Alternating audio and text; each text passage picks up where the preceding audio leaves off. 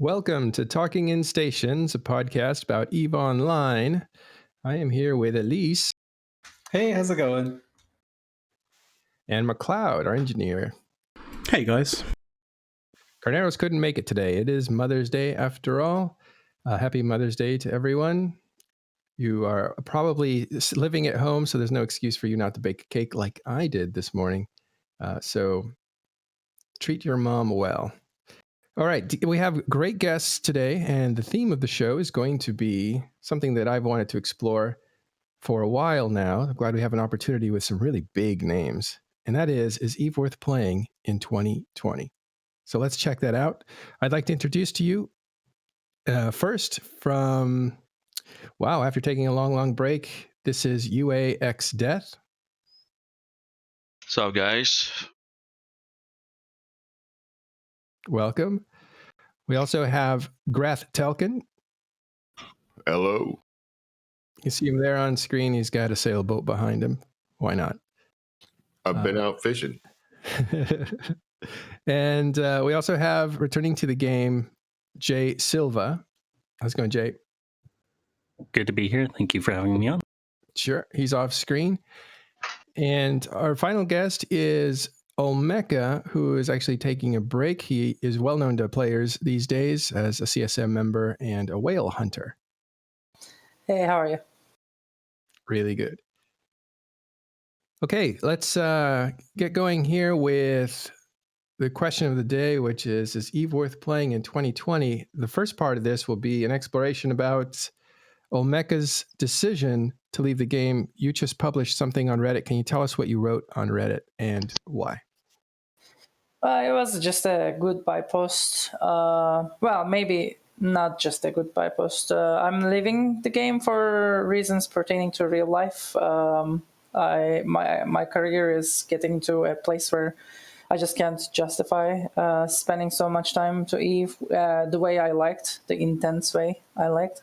And so I announced that, and I announced the fact that I won't be running to CSM15 because I know many players and people were expecting me to run. So I just wanted to keep people in the loop. Then I shared some thoughts on Reddit to go with that, and about many things, including what I think CSM is for and how I was intending to run for CSM15. And the relationship between me and Imperium. That's a very interesting topic. Mm-hmm. Hold on. You had some parting thoughts in your goodbye thread, but you're not leaving the game because the game sucks. You're leaving it for personal reasons because you're too busy. This is what I want to know. How busy does the game keep you? Like, how many hours a week do you play? What's it like being Olmeca playing this game?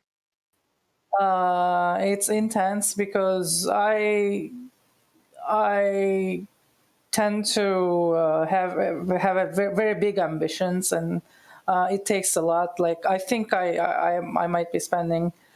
Maybe I shouldn't say this in public because my advisors and so on can be watching, but I think I might be spending 30, 35, 40 hours a week to EVE because between the CSM work and I'm doing AFK camping, so I have to like maintain 80 accounts. Plus, I do fleets, like 100, 150 man fleets, 3 times a week into Delve. All that adds up to like, and then I do a lot of solo things. I kill carriers by myself. I kill, like under my campers, there's a lot of activity that I enjoy to, like there's a lot of whaling that I enjoy to do solo. So between all those, it's about 35, 40 hours. I really enjoy it. I'm not burnt out. I want to stay in the game. I just don't have the real lifetime for it. Wow. And you said 80 accounts, right? Like, that's not, and those aren't like all alphas, I assume. They're all Olmeccas. Olmeccas, we know that. They're all Olmeccas. They're I don't pay them, or I fix them. I was considering a bunch of mini Olmeccas. They're Omegas accounts, so you pay for them or you pay for them through Plex or whatever. Camp takes a lot of accounts, and I used to steal excavators. That takes 20 something accounts as well, and I have 10, I think about 12 PvP accounts that I like to multibox together.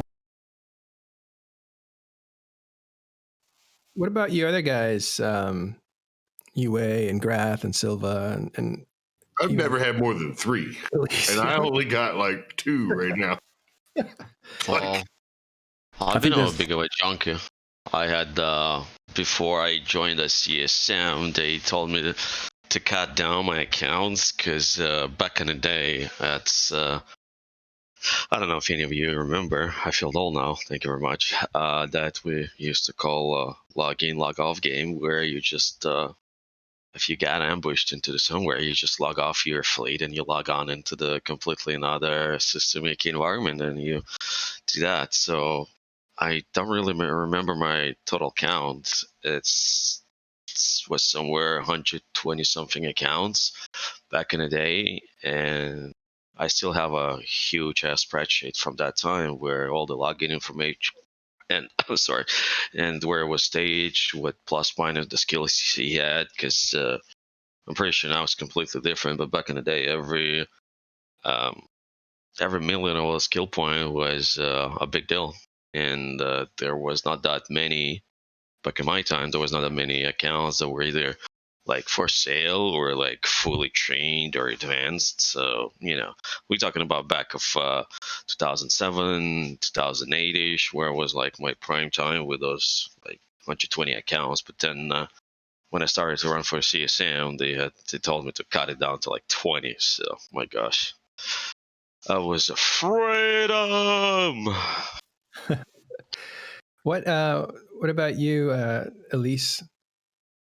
I have like 5 accounts that I've basically kept going since forever, right? And then if like when I was like in the height of my FCing and stuff, I would have another between 5 and 10, just dumb accounts that would just sit and scout and like look at staging systems or just be in a cloaked bomber somewhere and follow bad guys around, light sinos, stuff like that.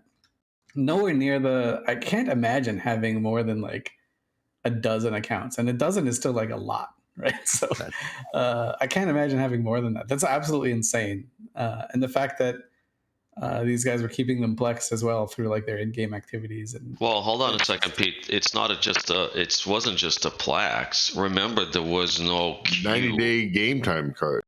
There was no even a queue that time. So I had a bunch of alarms set up to wake up or pay attention, whatever time of the day it was, right?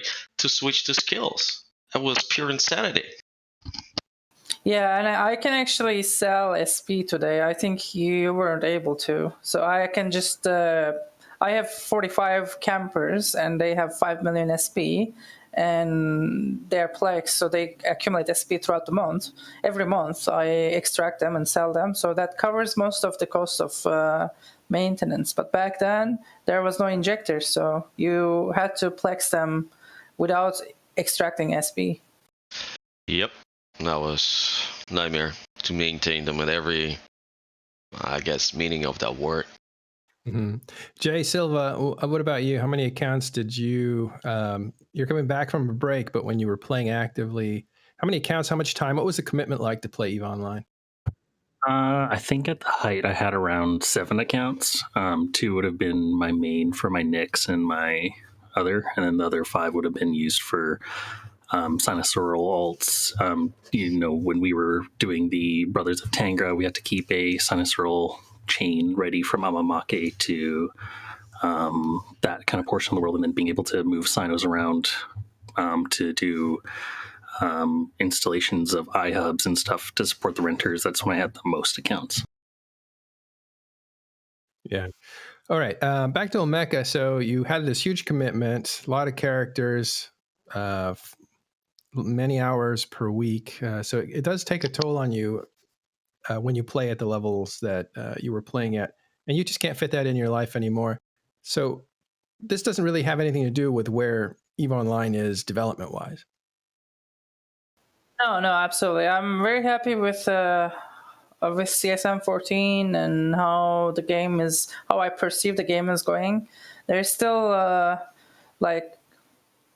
a lot of CSMs before said, and this is true, that most of your CSM work kind of unveils in the year later, or probably the year later. I would say years later. Yeah. So some of the balance work and like fixing existing mechanics that happened this year, and I'm happy with Team Talos and their changes. But also some of the work is just about developing new gameplay, and that's incoming. And I had the luck to be there and help with the development. And there is some stuff that is really that really excites me. That are incoming, and I wish I was able to play that the kind of gameplay that's incoming. But I think I have to leave for 2-3 years if I want to make realize my real life ambitions compared to EVE ambitions. Right. We'll get to the game and the state of the game and what kinds of development is happening and that sort of stuff just a little bit. First, I want to bring in a little bit more about the other guys that are actually coming back to the game. These are notable players in the past. JSilva, am I mistaken? Were you on CSM as well?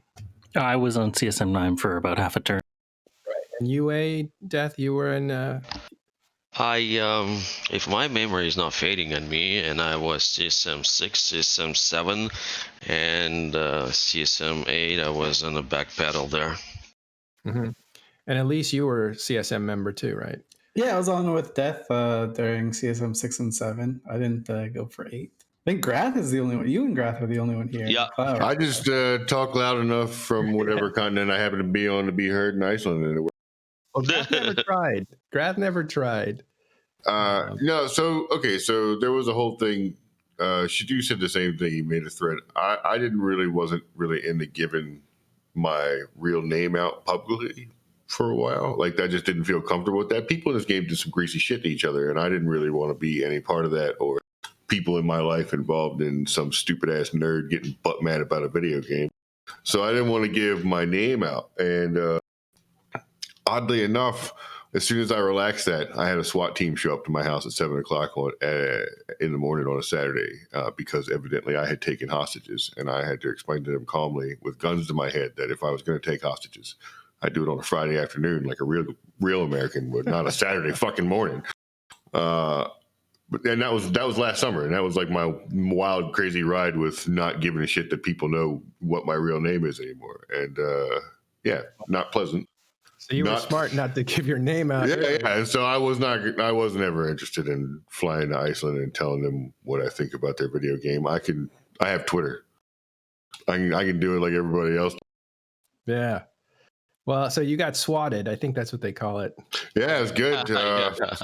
Evidently, somebody from Illinois called and said I had hostages in my apartment, and they thought that required the whole thing. Yeah. Fire trucks, ambulances, and some more shit in the street from my house. It was wild. We know about this guy, Grath. Let's take everything. Right. Everything. Yeah. Right. Exactly. Yeah. Yeah. It's good. That's nuts. Well, I had my own share of that nerdy shit too, because for some reason, some people that you never haven't heard of, or I would say haven't been aware of, okay, is for some reason holds, I guess a grunge would be the word, right? Where they just like hiddenly or secretly, I don't know why, but for some reason they mad at you or angry with you, whatever. And as I said, you probably never even met the guy or heard about the guy, or like, had no intention to know the guy in the first place, right? But then, like Grath said, they doing some shit that I don't know. But he had some grudge against you, I guess. Oh, more than just one. Trust me. I mean, person and more than one grunge. And I had my own fair share of FBI and all kinds of a fun place. So. Yeah, the year I was at Vegas with him or whatever, this guy, I'm just talking to this married couple, and this guy just keeps stepping in front of me. Like, he won't say a word, but he just steps in front of me and this couple that are talking the whole time. And it's like, I don't know you. I've definitely never spoken to you before. I don't know why. And he did it like 4 times in a row. And it was finally like, bro, I'm going to throw you off the balcony if you do. And he kind of like turned around and calmly walked away. And I just don't know how to.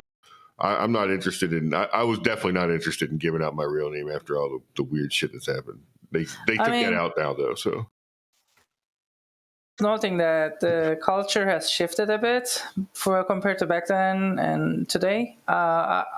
I can say I've made my fair share of enemies, and I was kind of afraid of some kind of doxing.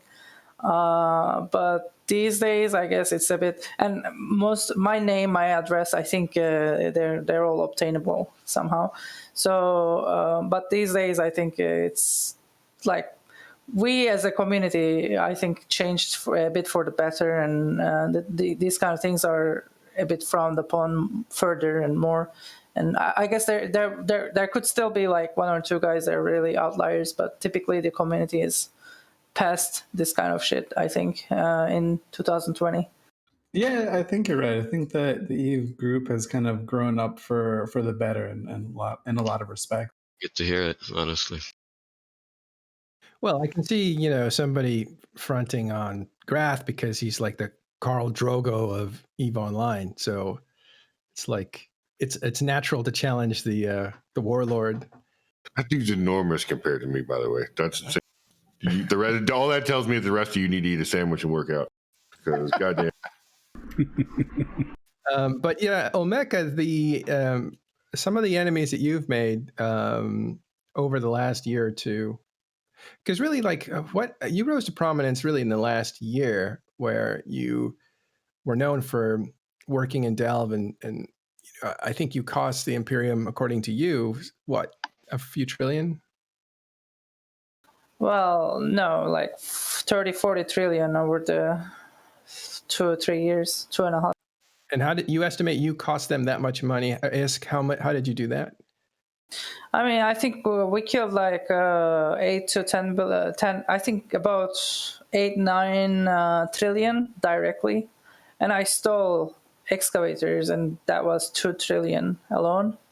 And the rest we estimate the effects of like getting supers into tank, because they weren't most supers in Delve, ratting supers, they didn't fit tank until we killed a bunch, and or just forcing PvEers outside the region, or forcing mining barge 45 boxers. So there were like people who multi-box mining barges, 45 of them together, and several people, and we forced them out by just harassing them too much. And I killed like 1,000 excavators and stole about more than 2,000, and so people weren't able to mine with excavators in an AFK mode as much as they used to. And so all these, we estimate all these, and then also we killed a lot of super bots, and those bots were also, when we out them, the goon swarm is kicking them. So there was a nice dynamic where we kept the region bot free, at least at the capital level, and carriers and supers. So between all those, I estimate it was 30-40 billion last 2.5 years, which is, when you compare it to the MER, it's still not much. It's because you'll see hundreds of billions of hundreds of trillions of value being mined and ratted. But I think we like 10-15% tax, something like that, is as a collective damage is something that we did. So basically, the people were being a little bit greedy, right? Because they thought that they had basically complete safety, and your group kept them honest by just attacking them and making sure that they weren't safe. I mean, some of it is like psychological. When we hit a super, when we hit a Titan and kill it, we killed that boson Titan, I think, one time. It just means, everyone is vulnerable. It can happen to you. And I think that's a feeling we wanted to impose, and because I was, and people like me, and we were like hunting in Delve together, and we were kind of disturbed how safe it was, the meta, particularly after PL has given up and stopped dread bombing Rorquals because Goon Goonswarm proliferated so many faxes, so like the dreads were dying before they were able to kill the Rorquals. So after that, the region went to a very, very safe place, and I went to Delve to kind of, I was a MPSI FC, and I was rolling static nullsec's to hunt everywhere across the nullsec. And I was kind of disturbed how so many people moved into Delve and how many other regions kind of dried up with content. And I just went into Delve to just shake things up, first as a solo player, but then it evolved into a big group. And these days we were like, yesterday before I announced my leaving, it was a sudden decision. I had a fleet planned. Our fleets these days are like 100 men, 150 men, 200 men. Most of it is people from PanFam, but also a lot of other people, and also a lot of Volta people. Yeah, it wasn't unexpected to hear you say you were going to take off. Weren't you planning to run for CSM again? Yeah, actually, part of it is like how much effort I need to spend for another campaign, because the Veiler 2 was in the works, and but I needed to spend, like, for the first video, I didn't expect for it to be so well received. So this one, I really wanted to make it right and edit it good, and it would have taken a lot of time. And the campaign, and plus after that the CSM15 work, and on top of all that it would be my AFK camping and fleets, and it's just 40, it adds up to 40 hours a week, and I just didn't have the real life time for all that. Right. All right. JSilva, you were also on CSM, you were saying earlier, and you also, what was your play style in the game? What did you do in the game? Mostly just fleet, nullsec. Wasn't really anything of a, wouldn't define myself as like a good player at all. Then I just kind of moved into supporting into Brothers of Tangra. Then I eventually left PL for Goons, and took a break from the game after that, and I'm kind of coming back now just to kind of start fresh and enjoy it from a different perspective. I stripped Silva of all of his SP, so I get to enjoy the newbie experience in a bit of a way, with a bit more knowledge. What made you want to come back? Like, what was, like, you were basically completely out, stripped your characters. What was the big push to coming back to you? I think just taking a break from the game and not having to come back and not treat it like a job. Just come back and enjoy it and try something new and try something fresh, and just kind of, over the years, a lot of the mechanics have changed and a lot more ships are out, so I can kind of refocus and do something new.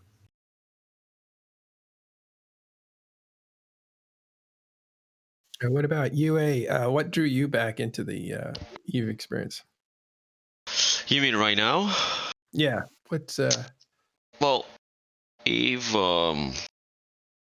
as I'm pretty sure everybody here who is particularly in this channel right now will deeply understand my words, as many of us try to leave and escape this game, right, guys? It's for whatever weird reason, it was keep dragging us back.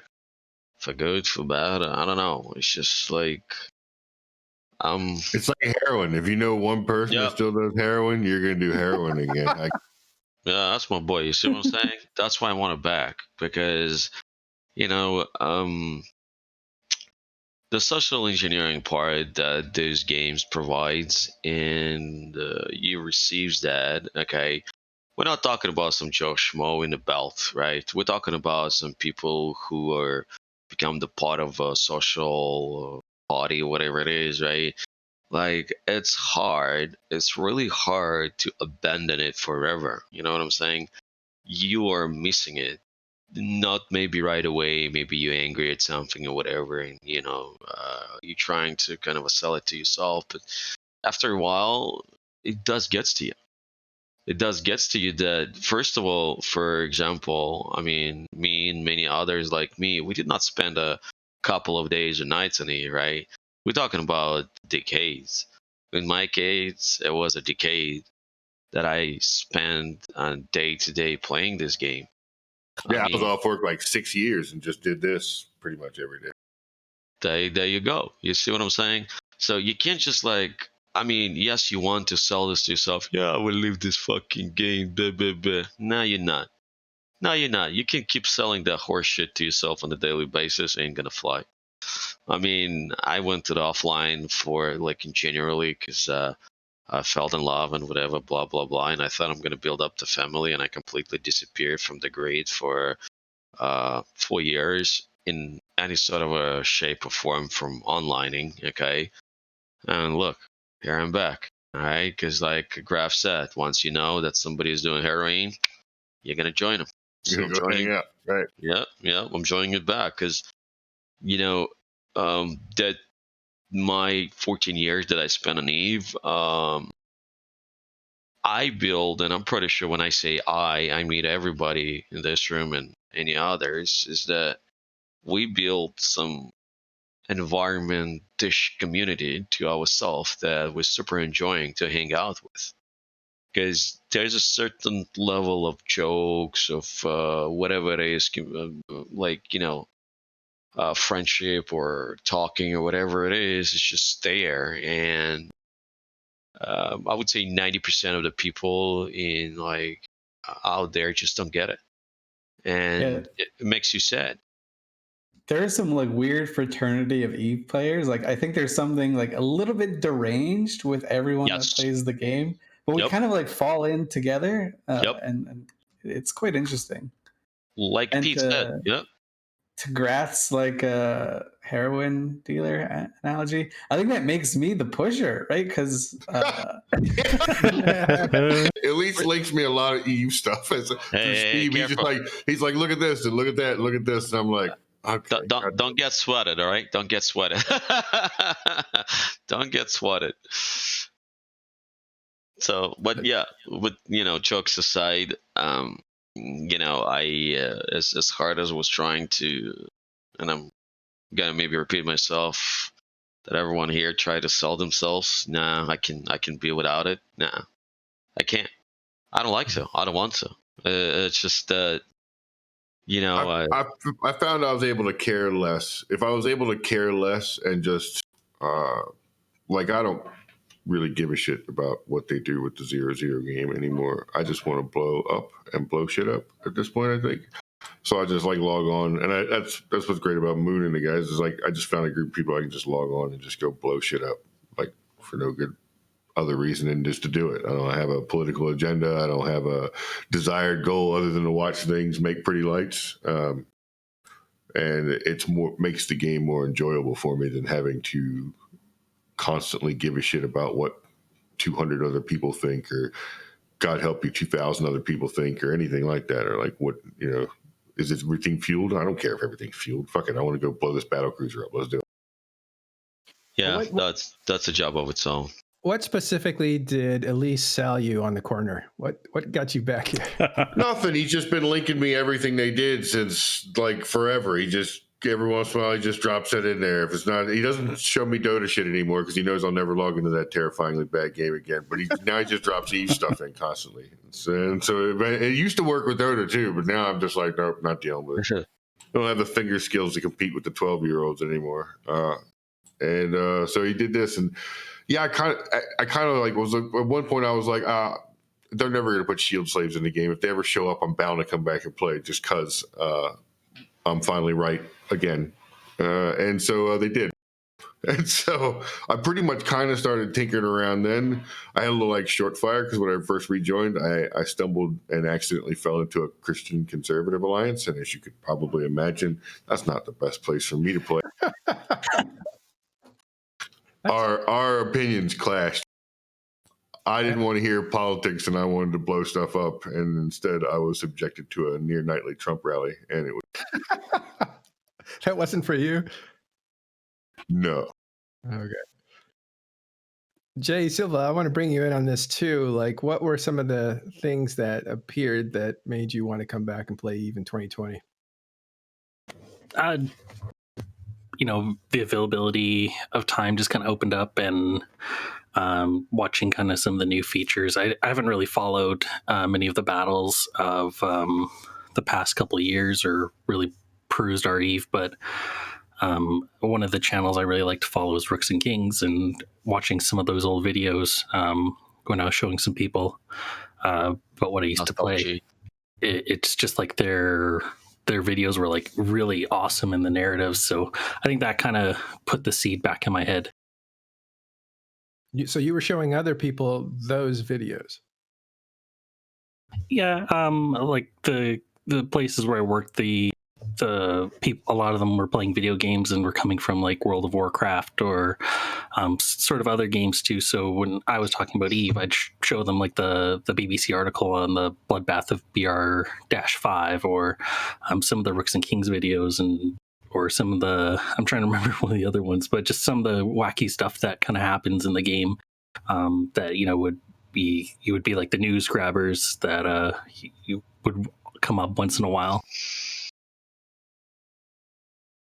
Yeah, playing Eve seems to have like this weird like badge of courage on it especially in like gaming circles. I'm not like huge in gaming circles. I play Eve, I play Dota, and I play RimWorld and like Animal Crossing, but that's it. Like, so I'm not a hardcore gamer. But when I look at like our gaming or any other gaming things, people are like, "Oh yeah, I played Eve." That's like a designation of like I am the baddest of the bad guys. Like I'm like super hardened.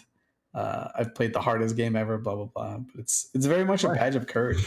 But like you can really just get away with stuff in Eve that you would not get away with in other games. I think that's part of the appeal of Eve Online. Got some other badges that come with it too. Yeah. I mean, you may be a sociopath. Yeah.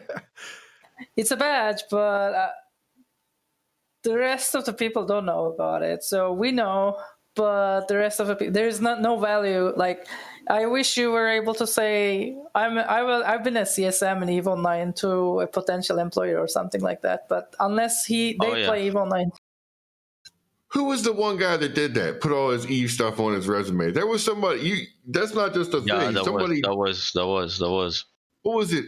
Was it Jade Constantine maybe or something like that? I think Jade. I had a whole bunch of his Eve stuff on his resume. Like some boss gonna look at me like, "Oh, I see you were a space tycoon. How'd that end?"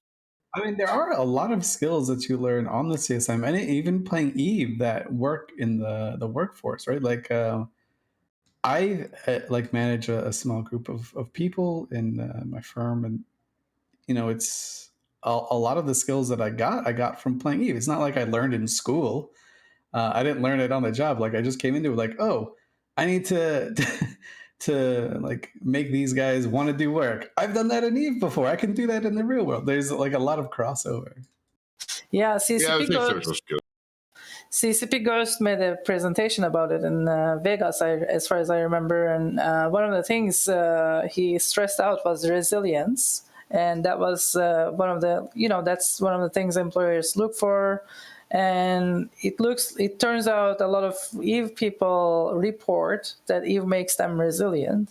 And I think that's completely true. And if, like, say a potential employer wants to know whether I'm resilient or not, I cannot go and tell them, look, here's my 3-year struggle with 35,000 man alliance, and I came from this, and I had hits and blowbacks, but I came back, and I was stronger than ever, and I kept on going, and there was so much psychological pressure I had to endure, and so on and so forth.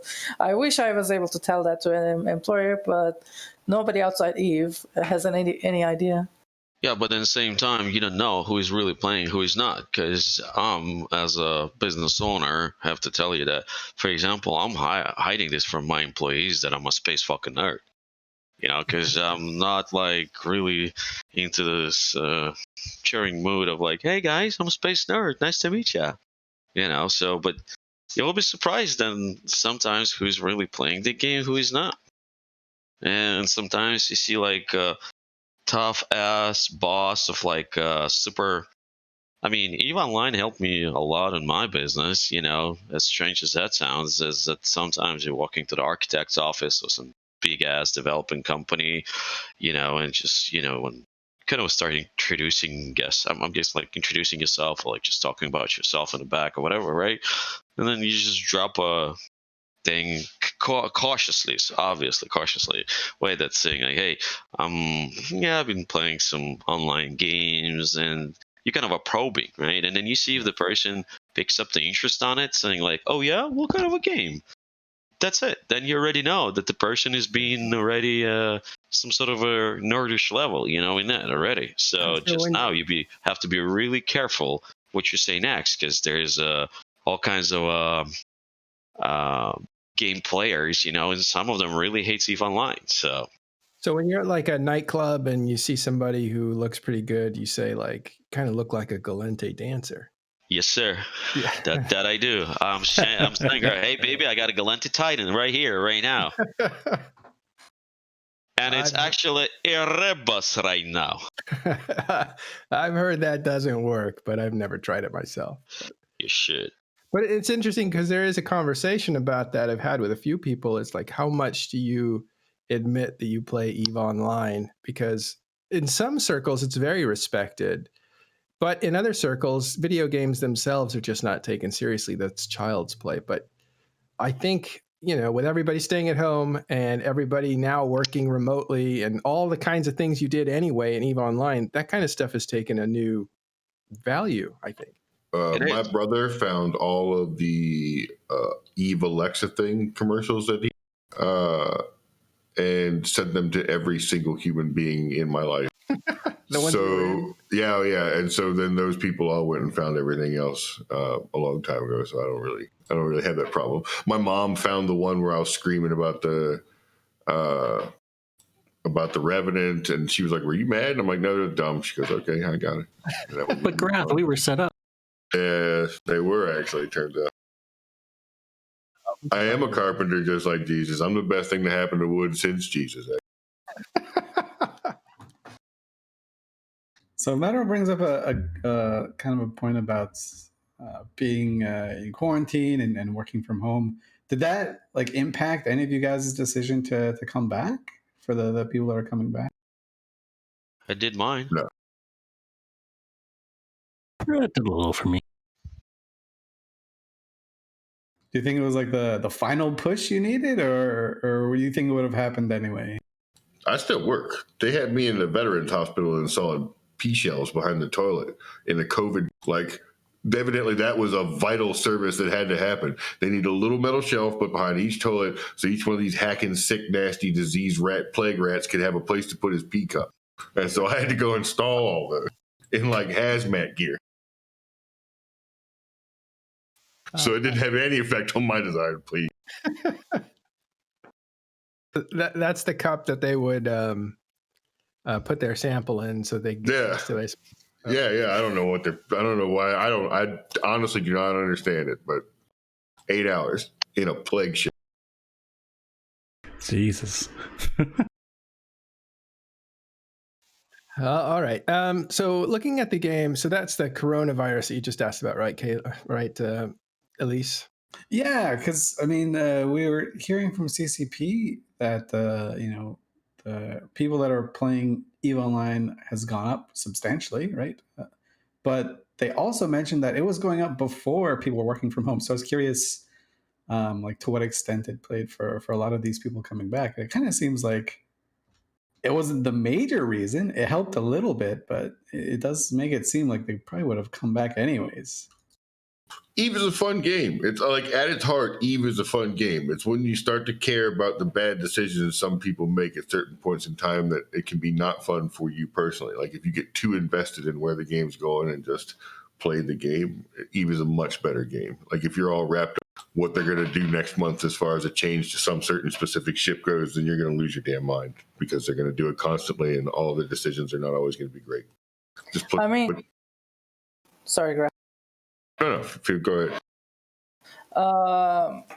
We have seen some really interesting data, and some of that is public now. But I can say like the NP improvements and new marketing effort is really working right now. And I would say most of the player increase that has nothing to do with the COVID is about MP improvements. And you can kind of see that in the like ecosystem as well. Just a week ago or so, I just realized one of the Highsec groups has grown to the levels that they have as many members as Pandemic Horde. So I think these are times where if your Highsec marketing and Highsec recruiting strategies are really good, you can actually significantly buff your own organization. Wait, is that real? There's a Highsec group that has like 12,000 people in it? Yeah. 20,000 characters, silent company. Wow. And there, it's not a like a alt, or it's not something like a scam. They do recruitment spam. They do send people mails automatically, and that's kind of annoying to a lot of people. But yeah, that's one of the working strategies, right? If it's CCP's fault that people have to do that kind of spam.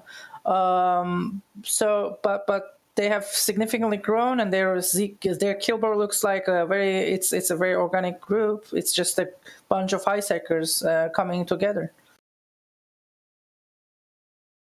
Yeah, we've watched it grow over the weeks and months from, I think we picked it up on our radar when it was about 8,000, which is a lot for Highsec. And we couldn't figure out what was going on, and it's grown up to like, what, 20,000 now? So it's interesting. I think that's just sheer recruiting. Pretty opinionated about it, what a well-run corp looks like. Like, is that, like, do they get anything for being in there? Are they just under an umbrella of protection? Is there like structures and stuff? Like, that's insane to me. That's huge. That's a lot of dudes in a Highsec. Most of the time, you'd be lucky if you can get 10 guys to strap together in a Highsec. Well, I think the number starts to sell itself once you say, yeah, we're like huge, But go ahead, Olmeca. I looked at it. The forming corporation, they started 2018, and from mid 2018 to like mid 2019, they have grown from 100 members to like 8,000 members. And then after that, they created an alliance, and that alliance recruited other Nibro corporations, and like 8,000 of those characters among 20,000 right now are Russian and Chinese new players. So they began like operating like an organization would, recruiting across the globe, right? And right now they have so many people, and it looks organic. It's a lot of like, there were rumors that it's a scam because it feels kind of unbelievable to us. But I think the pro of being like in that corp, of course, some new players will say, "Look, there's so many people, and it's good that I should join." But I think it must have taken some, like they must be doing something right to retain all those people, and. I think do they not have structures so they can not be war decked or something? Is that they don't have structures? That's part of the thing. But you don't also get war decked in NPC corps, I think. But it's like also it's a tax advantage. Yeah, to be Cayman like, Island tax shelters. But I think the most important thing is they just provide people with social interaction, some kind of social interaction infrastructure, right? Discords. That's good. That'll some of them will want to branch out from that once they get used to. A lot of people in Highsec just weren't ever used to talking to another person. The entire concept of banding together was alien to them. But if you can get them in at that level, maybe eventually they'll branch out and dip their toe in some of the narcissists that live in other places. Yeah, I bet you the retention is higher when you're, as a new player, you start talking other people right away compared to just playing solo. I bet you the retention is way. That's how I met my first people. I screamed for help in local, running a level 2 mission, and I had a guy show up and help me, and I was friends with him until he quit playing. I talked to a few of the guys in CDC, the corp we're talking about, and or the alliance we're talking about, and they were like, company. "Yeah, we joined just because it came in a mail, right? And we didn't really feel like we were part of a huge group, but we found like 5 or 6 people that played the game kind of like us, And then we split off from this thing and formed our own corp because of it. So you have these like little corps within corps, or like groups within groups that form when you have that many people together. So it's a neat little service. But definitely the reason people join is because 0% taxes, right? And they don't know any better, which isn't to say that they're being exploited. They just get a mail saying, hey, this is like one of the biggest groups in Highsec. You won't get killed by people in war, and you'll get more money, and we'll teach you how to play the game. Like, okay, sold. You go in, and you'll find people that you like, and then you can leave. I think it's proven one of the best recruitment tools is to be wanted. So if you are the one initiating, saying, hey, you look valuable and we want you to join us, that alone has a whole different percentage rate of success than waiting for people to come to you because it turns out that your recruitment period is open. It's very enticing to want to belong to a place that actually wants you too.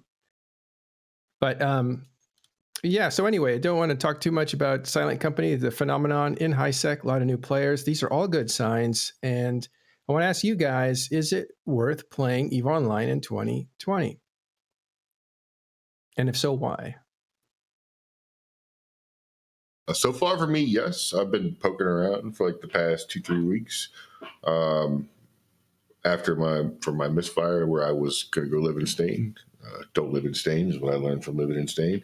But as I'm going around, Lowsec seems to have a lot of people in it. I was like, oh, there's a battle cruiser event where I get to cruise around Lowsec in a battle cruiser. That should be lame and boring. Let's try it out. And so, no, it's not lame and boring. I'm pretty much getting hunted by pirates every 3 or 4 jumps. I was a little disappointed. I rode over to the Eve Gate and there was nobody really there. Or even in the area, so like nobody lives down there anymore, which is a little disappointing. But all the other places seem to have a pretty good population. I love Needlejacks. We renamed it to Needle Dickin', and that's a lot. And that's really good. I mean, like you can carry like multiples of them with you. If you don't like where it shoots you, you can shoot yourself somewhere else. We did like a 4-hour Marauder roam last night because the guys in the Corp had always seen me wasting lots of money and they wanted to waste some too. So we fit up $20 billion in pods and Marauders and needle dicked ourselves across Eve until we got mobbed by dreads. It was great.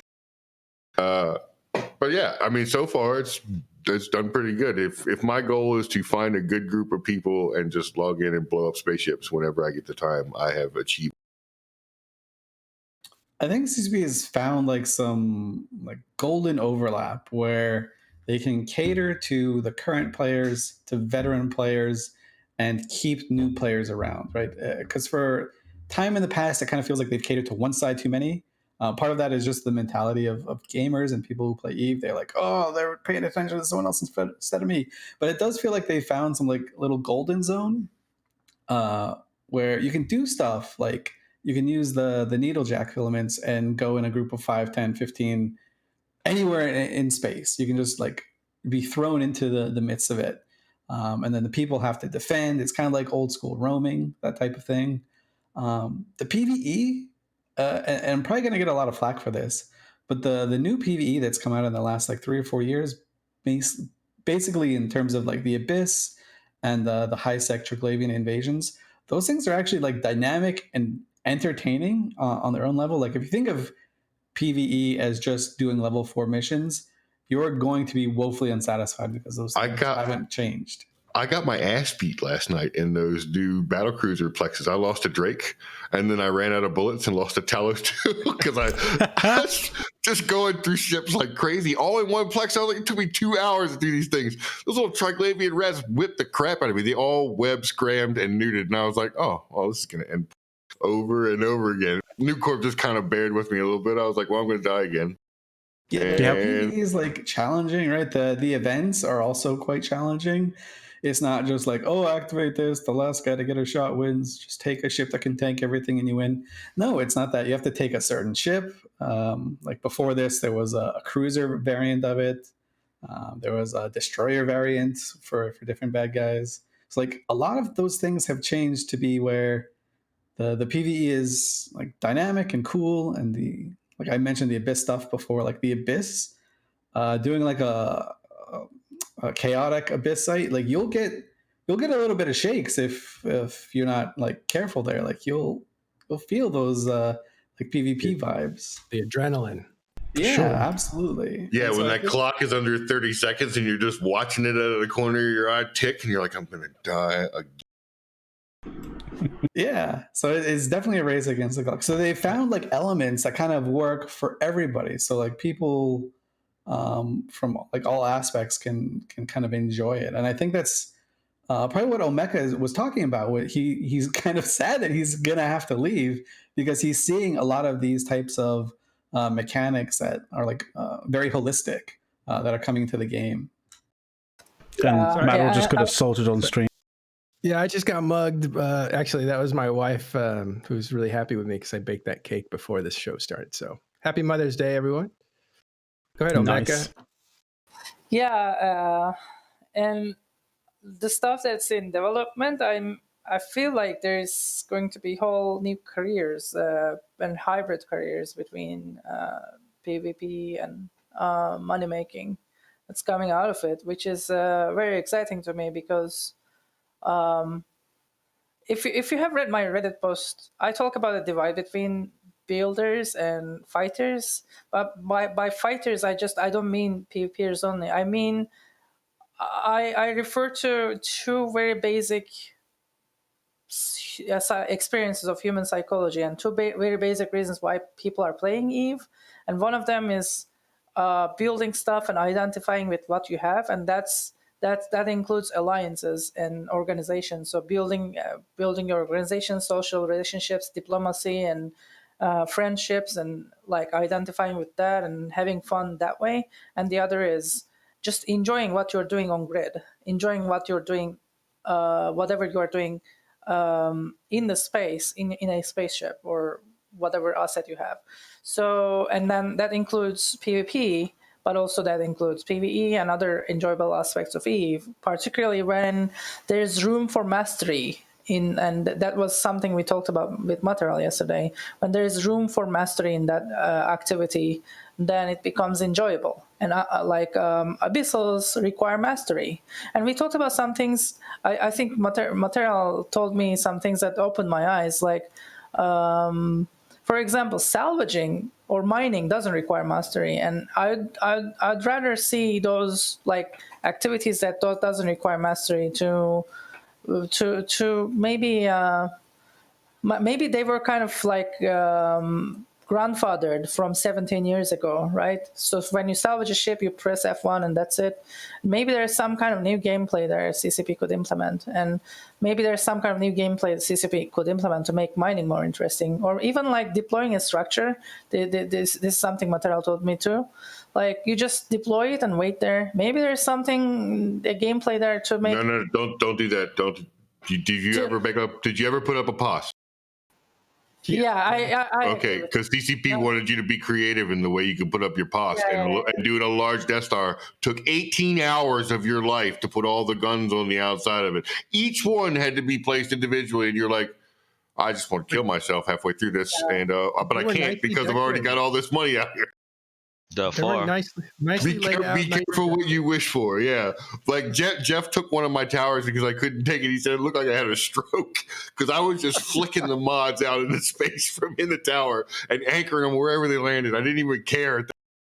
Don't ask them to let you be creative. It can be painful. I'm not asking for like grunt work, but if that's something enjoyable, then maybe there's room in there. But whatever. Right. So But Grath, let me interrupt that point. Grath, how many people had plans on how you do that that layout design, right? Like you architectured the efficiency of the pods and the modules, where they went. Like there are some people I hunted botters that actually made a cage out of POS guns, so that because I was warping on their cloaked botter and decloak them, right? Like you just probe them and probe them and probe them as they drop out of warp and then they cloak. Well, he moved his spot to the top of his tower and he built a little ball out of the guns. So my Proteus, when I warped to the spot that he had stopped in, warped inside this little ball of guns, and there wasn't really anything to do besides get the shit shot out of me and die. He died too, but I mean, he got me. Yeah. It's like a bug zapper. So back in the day, remember there was no Insta warp, that the people was making bookmarks and selling them on the Jita. and you never knew. Like there was some of those bookmarks were to like which called friendly POS, right? When you warp there and getting fucking teared apart. Then you're thinking you were jumping in a gate. Sorry, Mega, go ahead.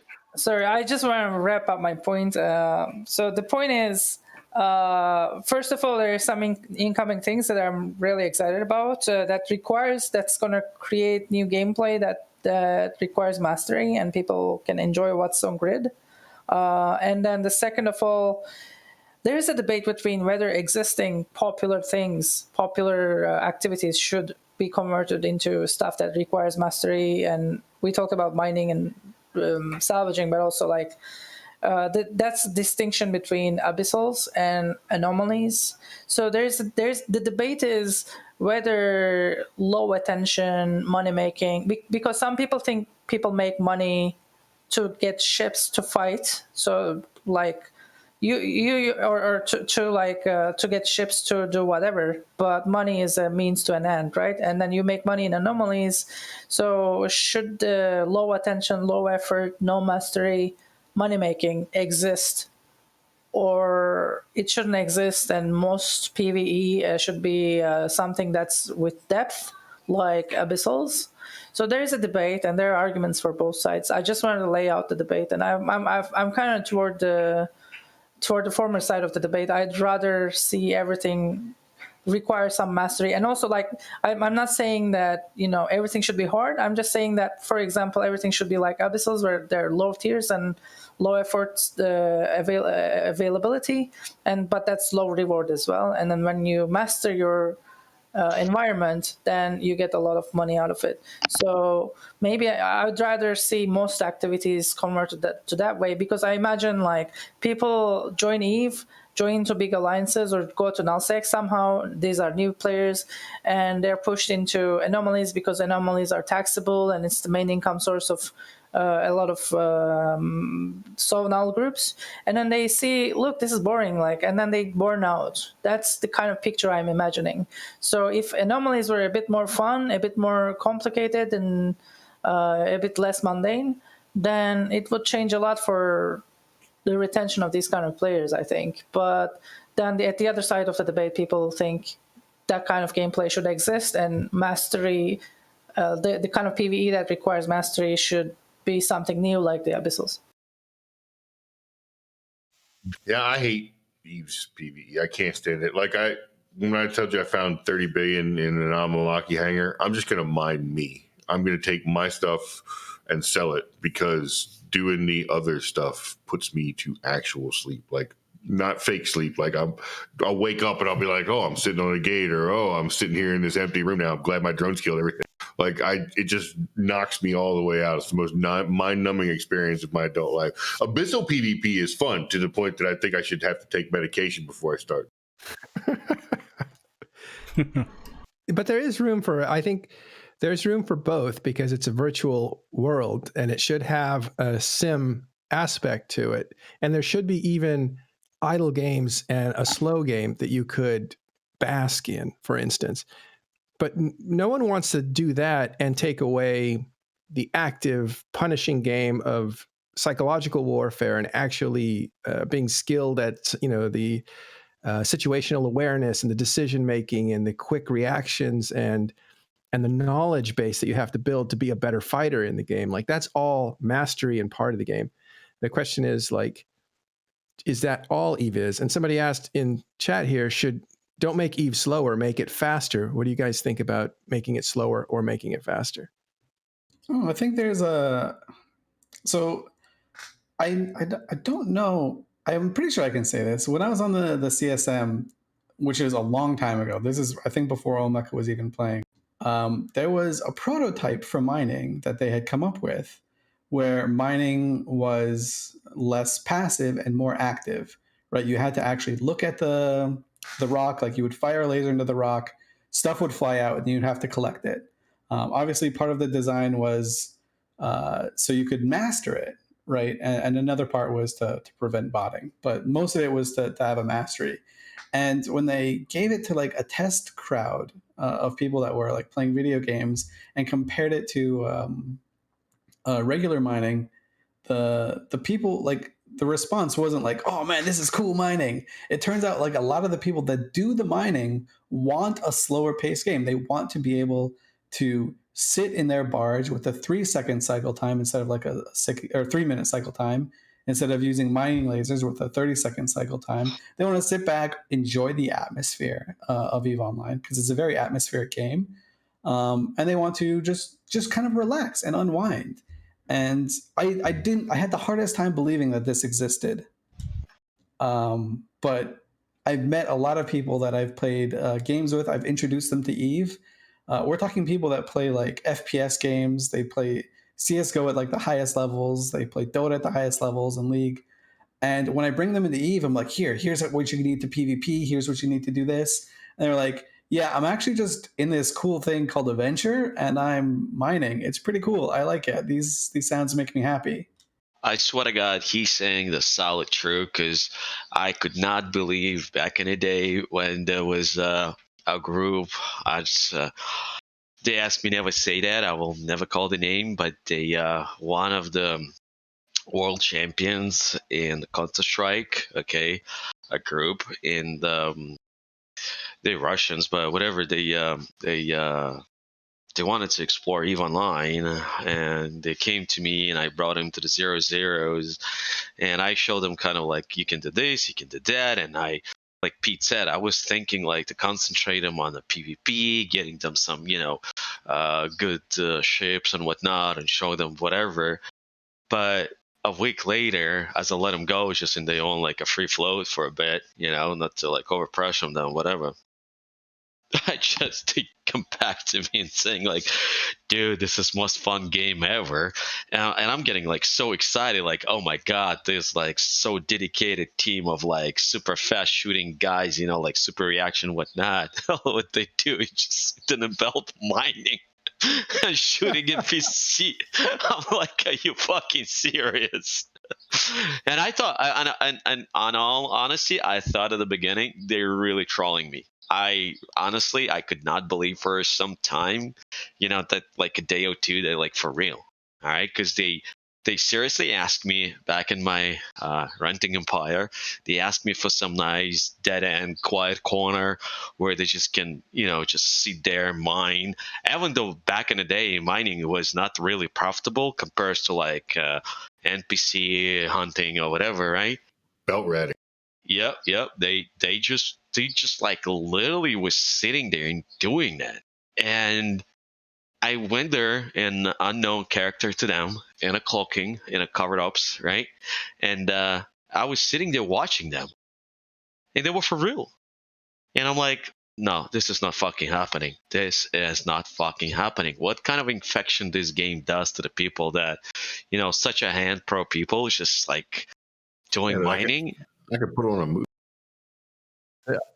That's like finding a group of assassins and then saying, hey man, this knitting thing really soothes the soul. Literally, and like, I don't know, like you hoping that, the whole reason for me was, for example, and it's not a secret, right? I was hoping maybe one day that once they will learn enough, they will be leading my fleets. And you have to understand like level of dedication from those people, right? They like, all what they've been doing, just playing CS for not even hours, I would say days and years, right, to get to the level they were, to be a champions and whatnot. And then you're hoping that this kind of a brutal dedication can be really helpful to your little empire, whatnot, in a PvP. Well, guess what? They're goddamn miners. Yeah, they just wanted to relax, though. That's it. Like, I can, like, if I was going to mine, seriously, I could do like sets between mining, like with weights and shit right over there. And nobody would, it would just be a thing. It wouldn't bother me at all. I can't do it with the NPC and stuff. Obviously, I die a lot. But Grath, I understand. I understand that there's like different aspects of the game, whatnot. I completely agree with you. But what I disagree to, like, maybe my mind doesn't want to comprehend or agree on, is that like a person who likes a super fast pace moving not even a game, a shootout, right? Enjoying the fuck out of himself in the belt mining. Yeah, I mean, maybe he just turned sound on. Eve's got really good ambient noise now for some reason. Who knew? I didn't know. I turned the sound back on when I reinstalled it, and it was like, that game sounds cool. Sounds I don't remember good. this at all. Like the sound always used to break when I turn it on before. Now it just works. Like it's got good sound, good music, just good noises. I almost want to hook the speakers back up with my computer so I can just leave station noises chilling in my house. They're so just kind of like ambiently pleasant. It's cathartic, right? Until the NPCs show up. They're all creepy as fuck, by the way. Whoever did the voices for the... And you're like, whoa, Eve.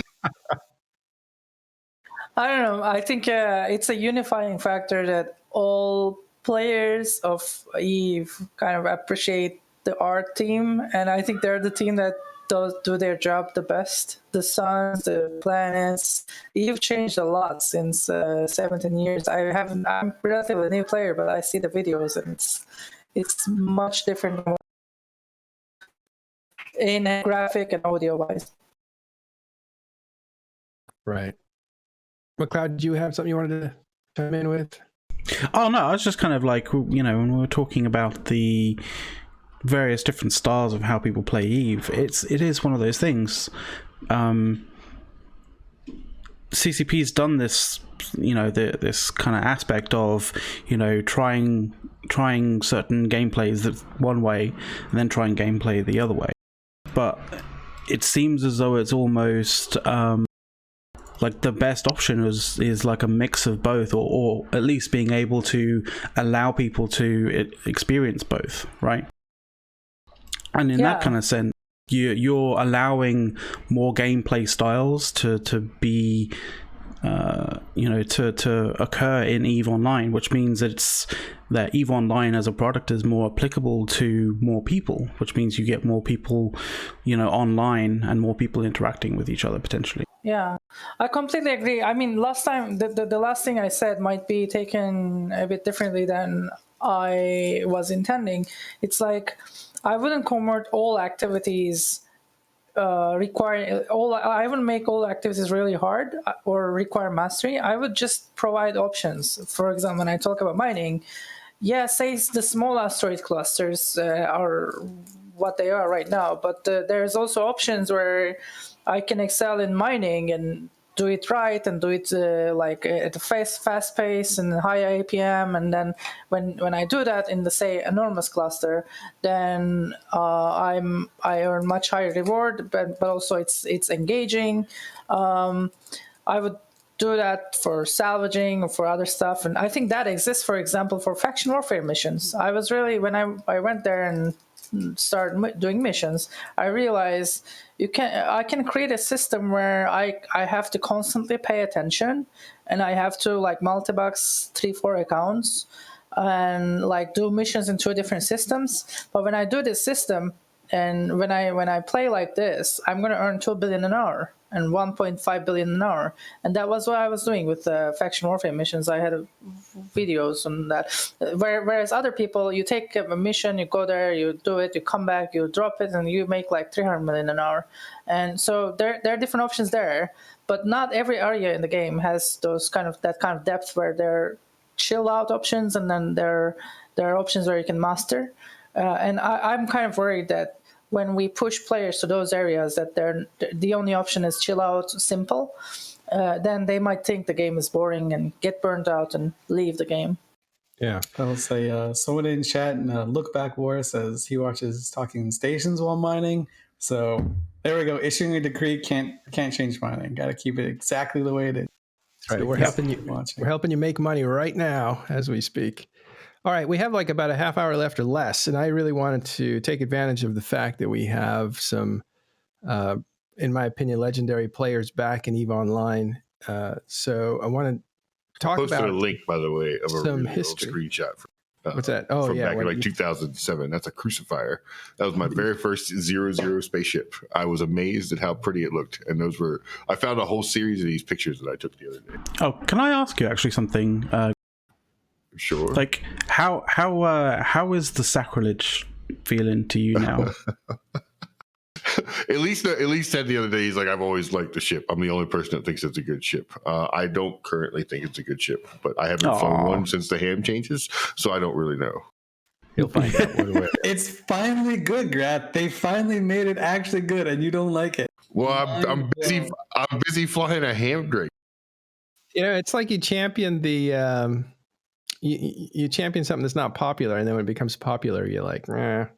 He's got rose-tinted glasses from what it was like way all the way back. Question mark. Are you saying Grath is the hipster of Eve?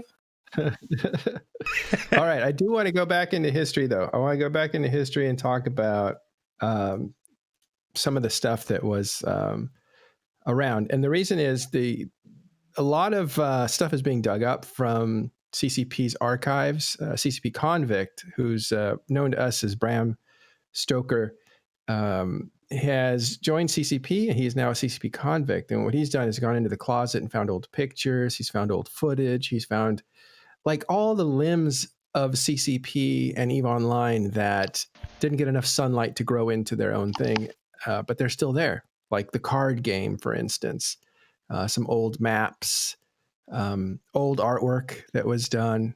And he's going around and also doing interviews with people who were around back in the day and some of the stuff. So it's fascinating to see that, kind of like the evolution of EVE Online when you look at some of the beginning things.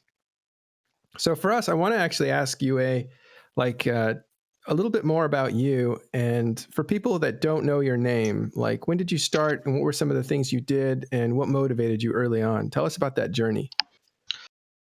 Well, first of all, I appreciate it. Second of all, I started EVE back in 2003.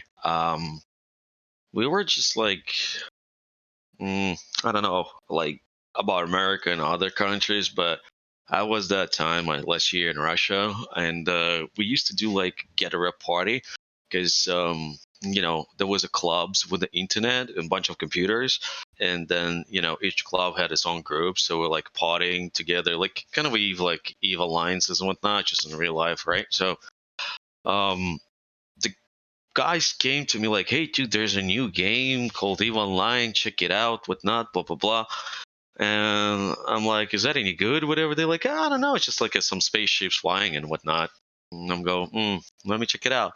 So I downloaded the game, and I was in the middle of moving to US. So I kind of was like halfway distracted. So I looked up the game, and it's like, oh my fucking God, this is so horrible. It was like laggy. It was like Minecraft Online or Tetris Online, something like really bad, whatever, like.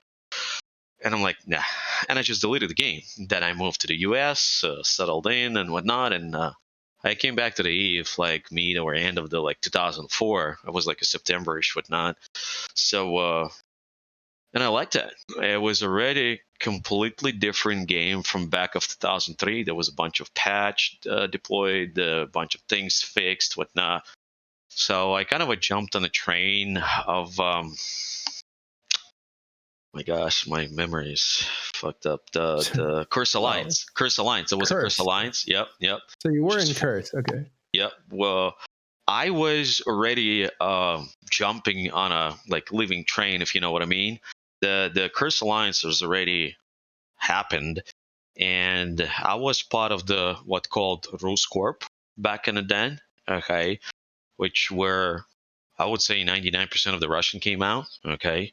So Rus Corp was one of the major holders of the Curse Alliance. And I participated as a grunt into the major big battles back in the day, because the Curse Alliance, for those who knows, is just made a major clockwise sweep on a server. They just went in and just literally wiped the fucking everybody out. First of all, back in the day, there was not that many systems, constellations, regions, and whatnot. The EVE was much, much smaller. And just to guys get you an idea, that back in the day, when in your fleet you had 30, 40 members, that was I guess, in my time, not today, but in my time, it was 2,000, 3,000 people. That's how big the thing was. And Curse Alliance were putting 50, 60 people together. That was just dominant. and that's where I guess I get my my field experience, if we can say that. Mm-hmm. Then later on, sorry. Then later on, we are being what was his name? The leader of Curse Alliance. I forgot. Is it Evil Thug or Mac Tap? No, Those guys came later, right? Yeah, everything came later. No, the shit. The guy who sorry guys. Zertium, it says. Yeah. So Zertram. Zertam Wolf.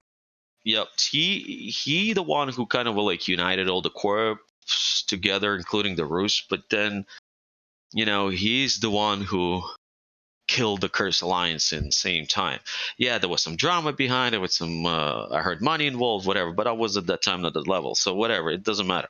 The Curse Alliance fell apart and there was some whatever. So we started to build something of our own, and the Rose team, that was the day, the end of the 2004, where Rose team fell apart into the 3 main camps. Okay, one of them become what everybody knew is Rage and Terror, Evil Tog, and everybody else there. Okay, then second part was which known as the Red Alliance, and Mactef was not in the picture even remotely at that time. Okay, and then there was third little group known as the Pioneers. They were just I don't know, people might call them some gothic punks or whatever. The people just were completely against of everything, because back in the day there was no POSs, there was no climb structure, nothing.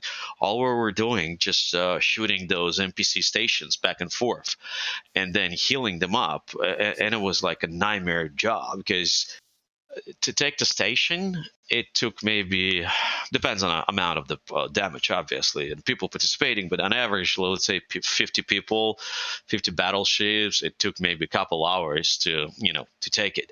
But then literally it would take you from 10 to 12 hours to heal up the station, so that an enemy would have a hard time to take that station, right? So that being said, we, like, all our time, all we've been doing back in the day, just like, you wake up, you go take a station, and then you just heal it, and it was just nonstop, and it broke a lot of people. And that's part of the reason why Evil Tog and Rage and Terror went on their own, because they said, fuck that, we're not doing it. Pioneer said the same, we fuck this shit, we're not doing it, we're like much better than this. So they all went on their own. And the Red Alliance, it was led by a guy named Mutant. He was kind of a big deal back in the days. And Korak as the guys who was in charge of the Red Alliance. But then as Eve itself was, I guess, developing, right? There was a lot of development of its own. So there was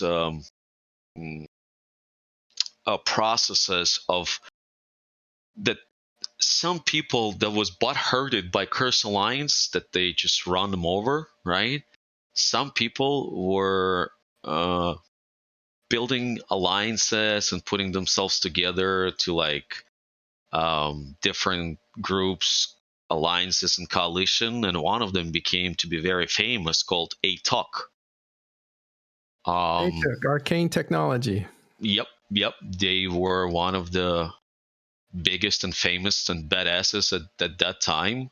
Mm-hmm. And nowadays known as destructive influence in NC. My old corp. Yes, sir. So they were, can I say they were gearing up for the war at that time, while we all been living little la la land, fucking around and doing some, random stupid stuff, whatever. So that being said, it was developing. So imagine like two sides of the map, like Cache and all that down south parts, where Russians just kind of slowly but surely, building something of its own, some other people, right? And then On the bottom left, there was what his name's? I'm sorry, just the guy it was a who long time of ago. Sivak and his alliance, and then a beat up or Rage and Terror was just as in a corp, not of an alliance. They were just as a corp. And Tug and I was very close friends, and he hated the whole idea of me being in the Red Alliance in the first place. So because of that, I had a few characters in Rage and Terror. So in 2005, at the beginning of it, on a February or March, new war broke out where ATOC went in and just started to smashing everybody else, and it was just like against the clockwise, but the same kind of a war, just devastating war, and it came to our doorstep. And part of the reason is some of the people inside of the ATOC who were at the leadership, they blamed the Rus Corp for giving a strong hand in the creation of the Curse Alliance and creating devastation on the server. So we were as a primary target. And Rage and Terror at that time took like neutral position, and even though me and Tug were close friends, whatever, he just tried to stay neutral pretty much till the end of the war, where we took really bad heat, and that's when the first time people recognized Red Alliance as Fire Phoenix, because everything being taken away from us, every station, every region, every system, except one. It was back down in a cache, and that system called P7 something. Don't remember that, but that's where we hold a very great battle, and we have fought them off slowly but surely. But it's easy as that sounds coming from my mouth. It was not that easy back in the day. But just not going into the details because we don't have that much time here. I will, if there's going to be another show, you will invite me. Absolutely, I will tell more. Yeah. We'll do but generally speaking, that's where it's all started, and this is where particularly ATOC War, where I become like heavily involved as not as a leader, I don't want to use this word, but as a part of the leadership group, because Mutant and Korg got burned out. They just like, well, sorry, but like we done, and the guys could not be blamed, like everybody else getting burned out on this game. So I stepped in and I started slowly but surely climbing up, and back in 2006 I became very famous because of the video that been made against Shinra. That's a second war that was very big on the server. Went to try to kill the Red Alliance again, and we killed Cho down and everything. And I was the first person who made the Eve Space Battle. I'm sorry, Capital Battle, where we fought on a Dreadnought. Back in the day, Dreadnought was a price of not even a Titan, but like 10 Titans. So we killed 11. There's a still video. I have that video back of 2006, beginning of 2006, where I kill 11 Dreadnoughts and we're losing 3. That was epic, like super epic. That was the first capital battle that was done, and then we were pushing back, and it's not because me, it's just because that happened, is that I was first to kill Bob's mothership, and that's the early conversation that we had here about some people think they're invulnerable and nothing can happen to them. We did that out of the desperate measures to prove to the people that things could be happening. All right, so even in your background, your backyard where you expected the least to be hit, you're getting hit. And then my teaming up with the goon swarm that being hunted and chased by the entire Eve, and teaming up with them and building our own empire. And that's how I started to grow and build my own stuff. I left Red Alliance back then, and I created my own corp. Then I created my own alliance, and it just started to kind of building on its own. And it's, once you're in that game, it's never enough. You're never happy with the results. You just keep pushing and pushing and pushing till the point where, if I'm not mistaken, we hold 11 or 12 regions back in the day, and people were pitching that was just too much for us to hold. Yeah, I think so. One of the things that people probably don't realize about you and like the group that you started is that you were like Legion of XDeath and Shadow of XDeath. You guys were the first people to take space and then kind of like rent it out, like fill it with people that weren't like your own, but people who wanted to have space. It was the very first renter model in EVE Online. And I will be cocky right now, and I say we created the best managing system for that. What like gave you the idea? Because back then, like you guys took when like the drone regions first came out. Yep. They weren't there when the game started. Like every other region, Yep. There was like an event, and CSB added the drone regions. No one wanted them, right? How did you end up like in that area of space? So, because I don't know if that's my natural talent or the people who's been around me, that we've been really good at the stuff that nobody wanted or nobody could.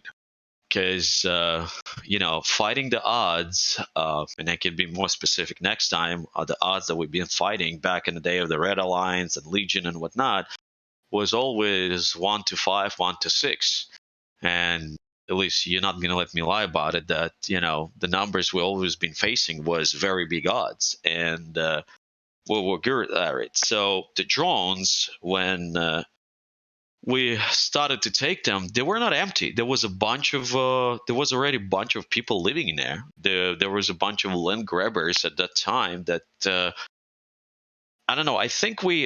I might be wrong right now, because it's, don't get me wrong, guys, but it was like back in 2007, so it's kind of a while now. But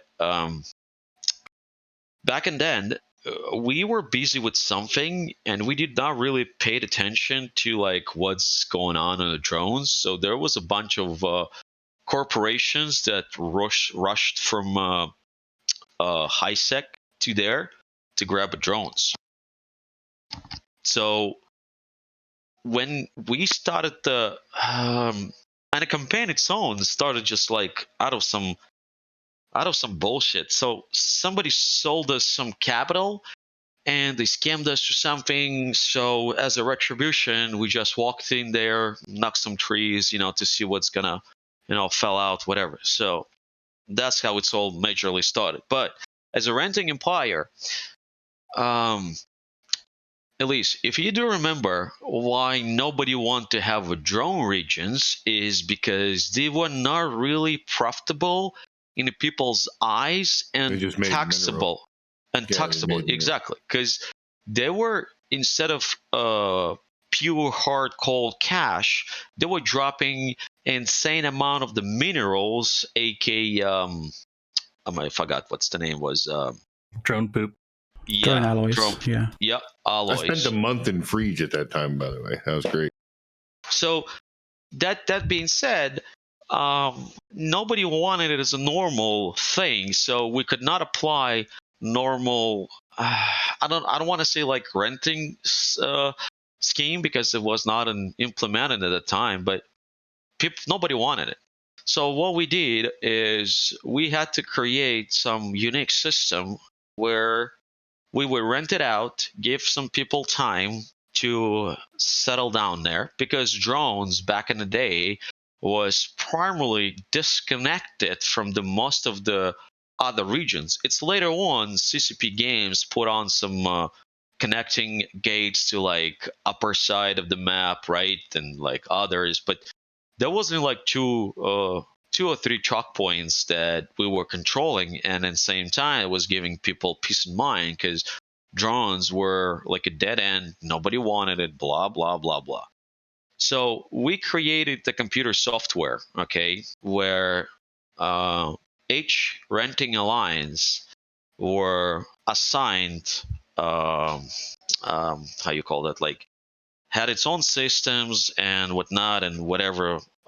So we created a map, sub-map of to the other people that they know where and who is renting what and what, right?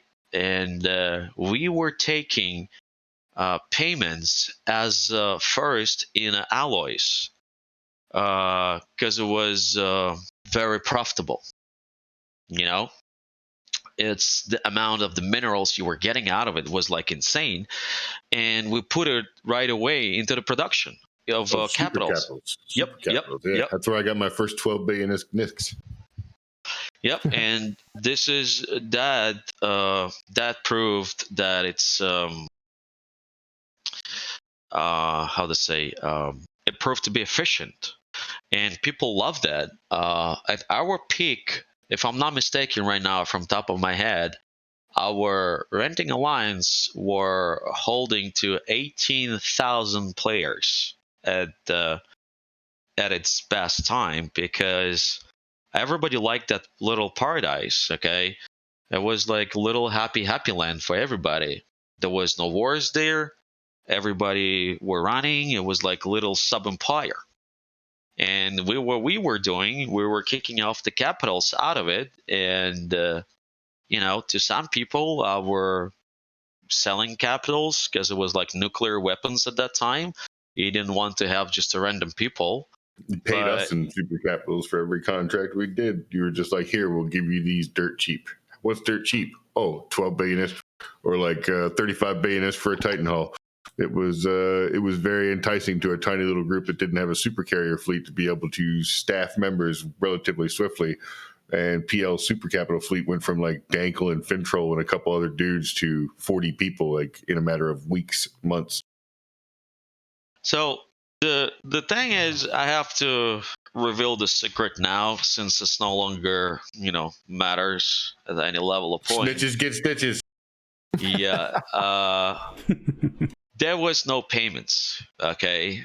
Me and Shadu become a very close friends back and then, and I was doing those super cap program for PL as a friendship, not as because the price we were selling or giving away was just the price that you cannot neither make a profit on it or worth it.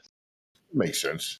And I was kind of just, I guess, weaponizing a friend of mine, but we had to tell to everybody that it's a part of the payment process, because otherwise people would not understand why am I giving nuclear warheads to some loose cannons, which people thought about a PL back in the day, because with the Shemis or Zos proved that PL could be a loose cannon.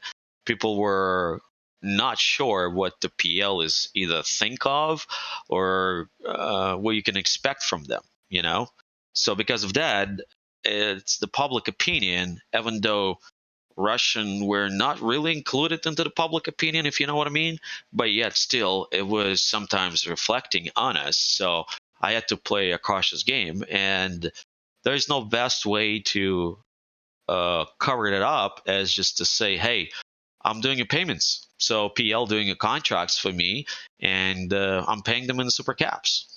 That was a beautiful, best ever fucking cover up. Yeah, because we beat up Bobby Atlas, then we beat up Morsis Behe on the we're getting $12 billion. And yeah, so I mean, like I guess theoretically you technically were still paying us, but it wasn't your intent, is what you're saying. Like it wasn't No, because me and Shadu, we became friends back in 2005 when Shadu was just a random grunt at the my God, my memory. The alliance that he was in before the PL. Laca Volterra. White Knights. Knights of the White Cross. Knights of the Southern Cross. Yeah, yes, I was there too. Yeah, there you go. Demo guy. There you go. So Shadu was a Raven pilot back then when I beat the fucking shit out of him in one of the fleets, and he was like, "What the fuck just happened?" So somehow we started to talk and whatever, and he was just impressed the way we beat the shit out of them, because what we've been doing back then is, to those who haven't makes the sense what I'm going to say now, is we were flying battleships, Tempests, with 3 gyrostabs, and 2 what's it called, damag mods or whatever, I don't remember anymore. But point is, we had no armor, nothing. We were just like super fragile, huge, powerful cannon. And they were like super tanked Ravens, Megatrons, and all kinds of other stuff. So they were like, how the fuck do you guys beat the shit out of it? Because all what we've been doing is just primarying target with a 1 Wally. Just and one then Wally. rolling out. Yep. When I first met you guys, you were doing it in 425 megas in Rise's RIT triangle. And like there'd be a fight on the gate, and then all of a sudden like 10 Russian battleships just drop out of warp 150 kilometers away, blast 7 dudes, and then warp off again and cloak up somewhere in the system. You're like, well, shit. And we were taking no time. So our policy back in the den was just we're warping on perfectly aligned covert ops, and then we aligning to the next warp, which were pretty much in the same visual side of line, so it would not take like your battle to do like 180 degrees, return, right? So that being said, it was taking us. You're lucky if your skills, and that's why we were super demanding back in the day to the skills, because there was a certain skill sets you have to have in order to have 5 1600 millimeter cannons on those tempests, and do 2 Wallies while you are warped in and trying to align. 90%, or I would say 95%, right, Grath, or at least nobody was able to catch us, because it takes a time to get there. Catch it. Most people couldn't even compete financially to like having Tech 2 425s or Tech 2 artillery cannons back at that point in time. Your ship with those guns on it was probably worth as much as the enemy Tech 1 cruiser and battle cruiser fleet. Like, the guns were insanely expensive. Very few people could use them. They were so high, insane skill. Like, I remember when our one dude in Corp finally could use like Tech 2 guns, and we were like, all right, let's price them out for your. Oh, never mind. We're never going to use these because they're too expensive. We could buy 7 battleship hulls for the cost of the gun. So yeah. And Grath, since you mentioned that, thank you. Remember, the BPOs were not available to the public either. Yeah. So we got lucky. I bought. Actually, I landed that BPO of those guns from what is his name? The guy up in shit. Sorry. I'm kind of ashamed that my memory is fading on me, but give me a hint. What was 10, 15 years ago? Yeah, it's he was a guy in Light Darkness. Jesus Christ. Light Darkness is the one who lended me that BPO because he had no use of it.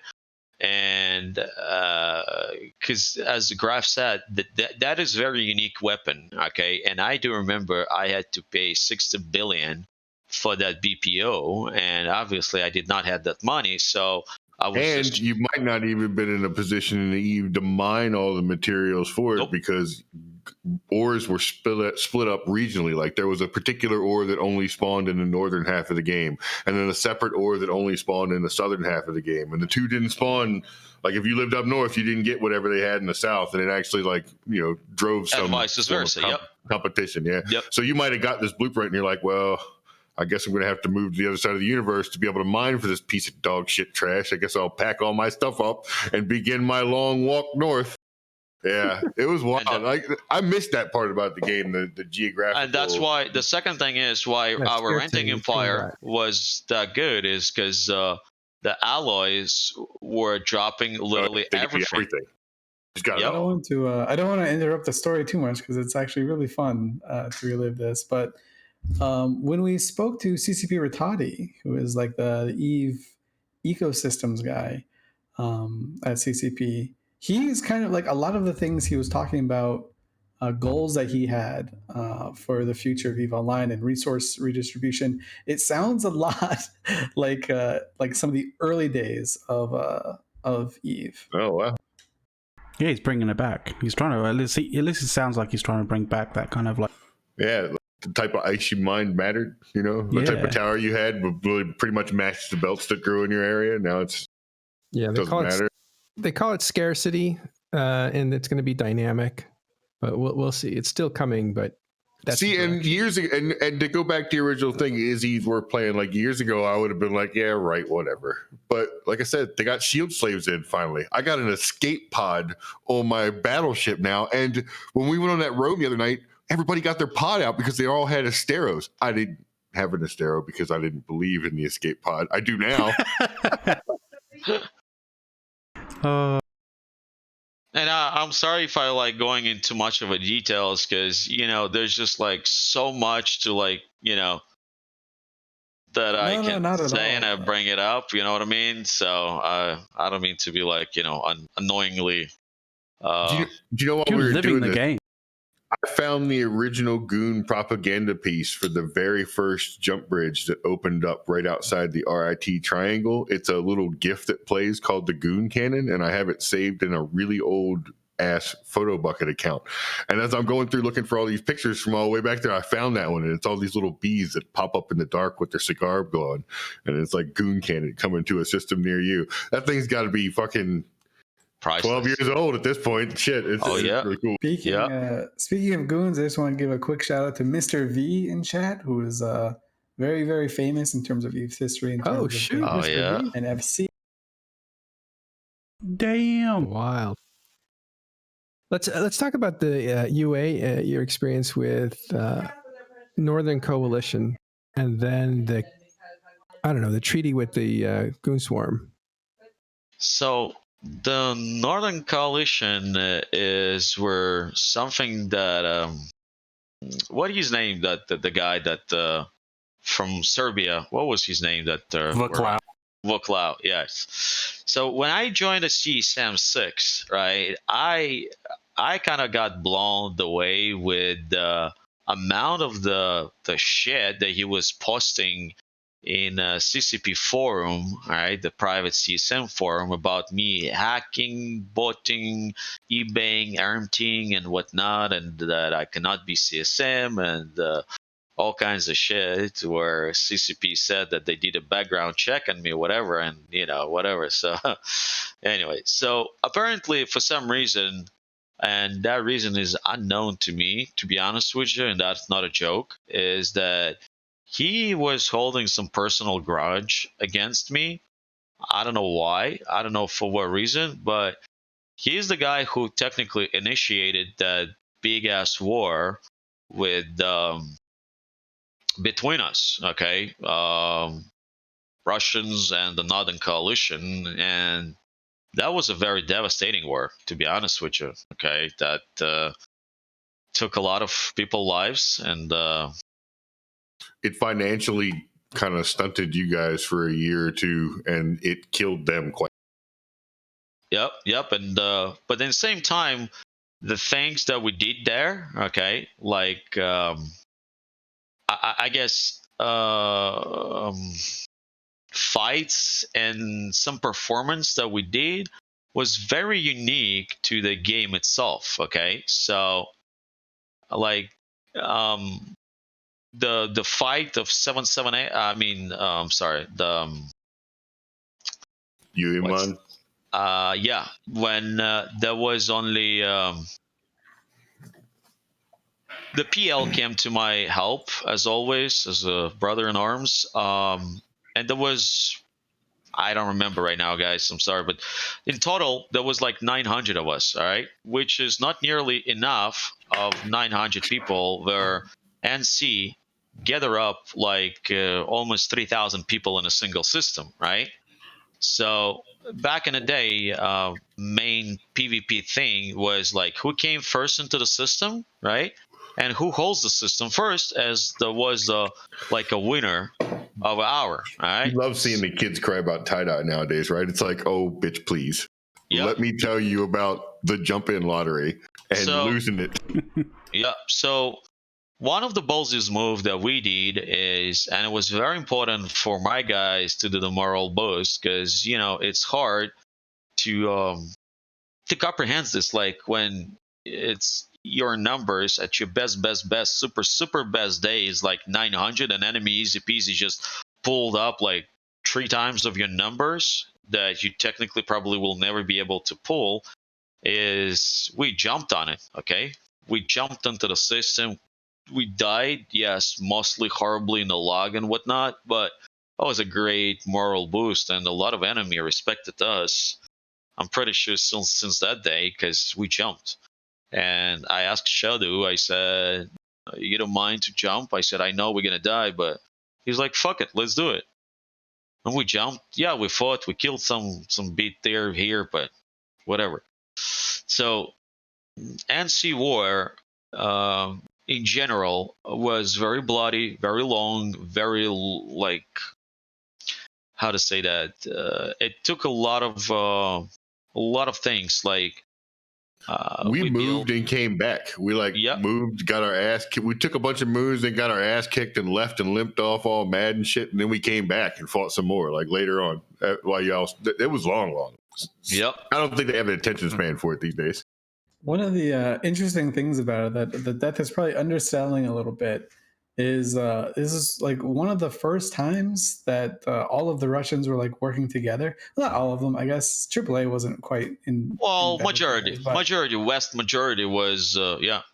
Which is no small feat, right? Because I mean, I don't think there's been a time since when all the Russians have been united against something. So it takes quite like a big effort and like knowing how to manage personalities to kind of achieve a goal like that.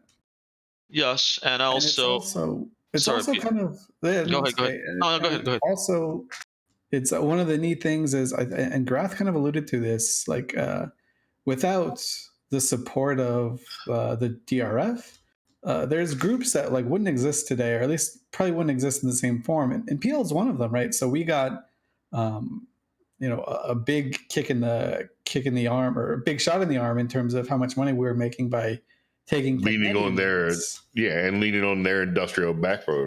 Yeah, and building up our supercat fleet that way. And similarly, there was a group that named themselves, ironically, called Northern Coalition Dot, which like was just starting there. Like Vince had just started that group with Lady Scarlet and all them.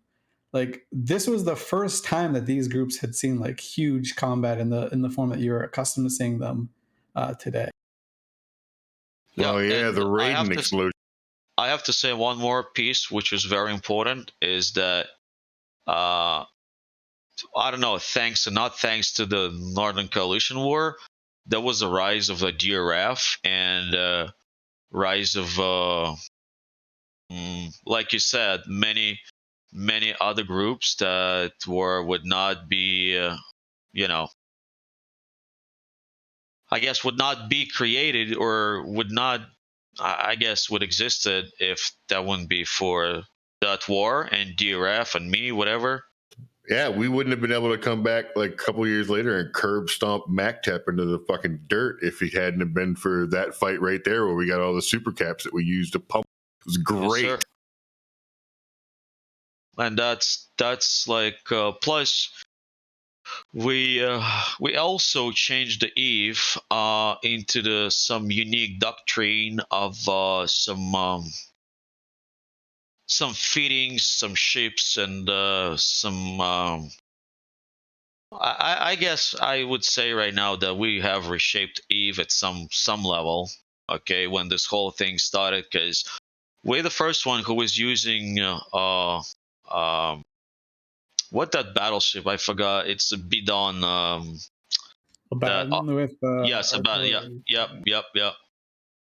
that whole period had like a fast evolution in doctrines, though, right? Like it went from nobody used a doctrine, you just undocked a station and whatever came out is what you fought with. Then you had like triple tank battleship doctrines, and that's what everybody flew because you had to survive the doomsdays and long range hacks, and it just was really escalating all the way through all those fights right there. It's kind of like plateaued pretty hard right now, I'd say. Yep. Survive the doomsdays. That's hilarious. You like that's freeze, man. Like you'd be flying these apocalypses that had enough hit points to survive 3 AoE doomsdays from Titans and keep fighting. And that was the Razor was pretty famous for bringing those south from to fight the Bob Wars. I wouldn't even. You couldn't imagine how slow those must be nowadays. Like if they had to go with modern warp mechanics, it would take them 6 months to make. Yep, and a lot of I would say a lot of adjustments to the Eve nerfs and other things were done only because of CCP were very closely monitoring our kind of a progress, or I don't know what you're gonna call it, but like, you know what I'm saying, like that the development in our parts, right? So that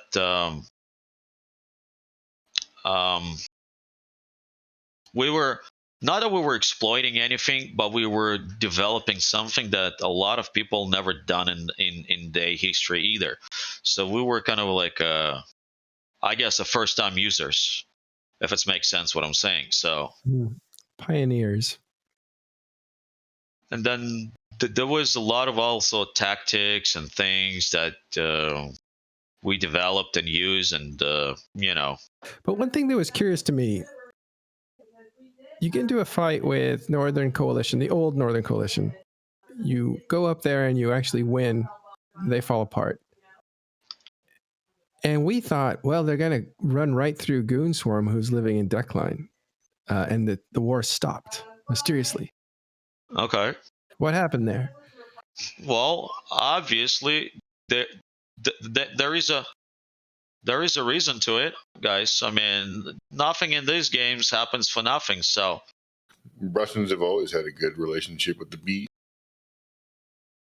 There was never, I didn't like anybody that knew what the hell was going on knew that there was never any chance that they were going to roll up into the bees' house because, you know, like when the Russians' backs were all the way against the wall and they were facing actual obliteration, the bees are who come and stayed on their couch and helped them fight back the menace and retake the homeland. Like, they don't forget kind of shit like that. But I think PL was on contract and PL was ready to go. Like, targets on everything. Back in the day, we would have shot anybody. We shoot your grandma, you put her in a spaceship. We wouldn't care. UA, tell us what happened. Well, what happened? The deal happened. And deal happened is much, much earlier than you guys might think of it, okay? The deal happened back in the day. Alex is throw NC under the bus. Even we before kind of started to roll into it, if it makes sense. It's just that we made a deal that I will kind of skip and untouch the Goons and Gun Empire if he's gonna let them die and not support them.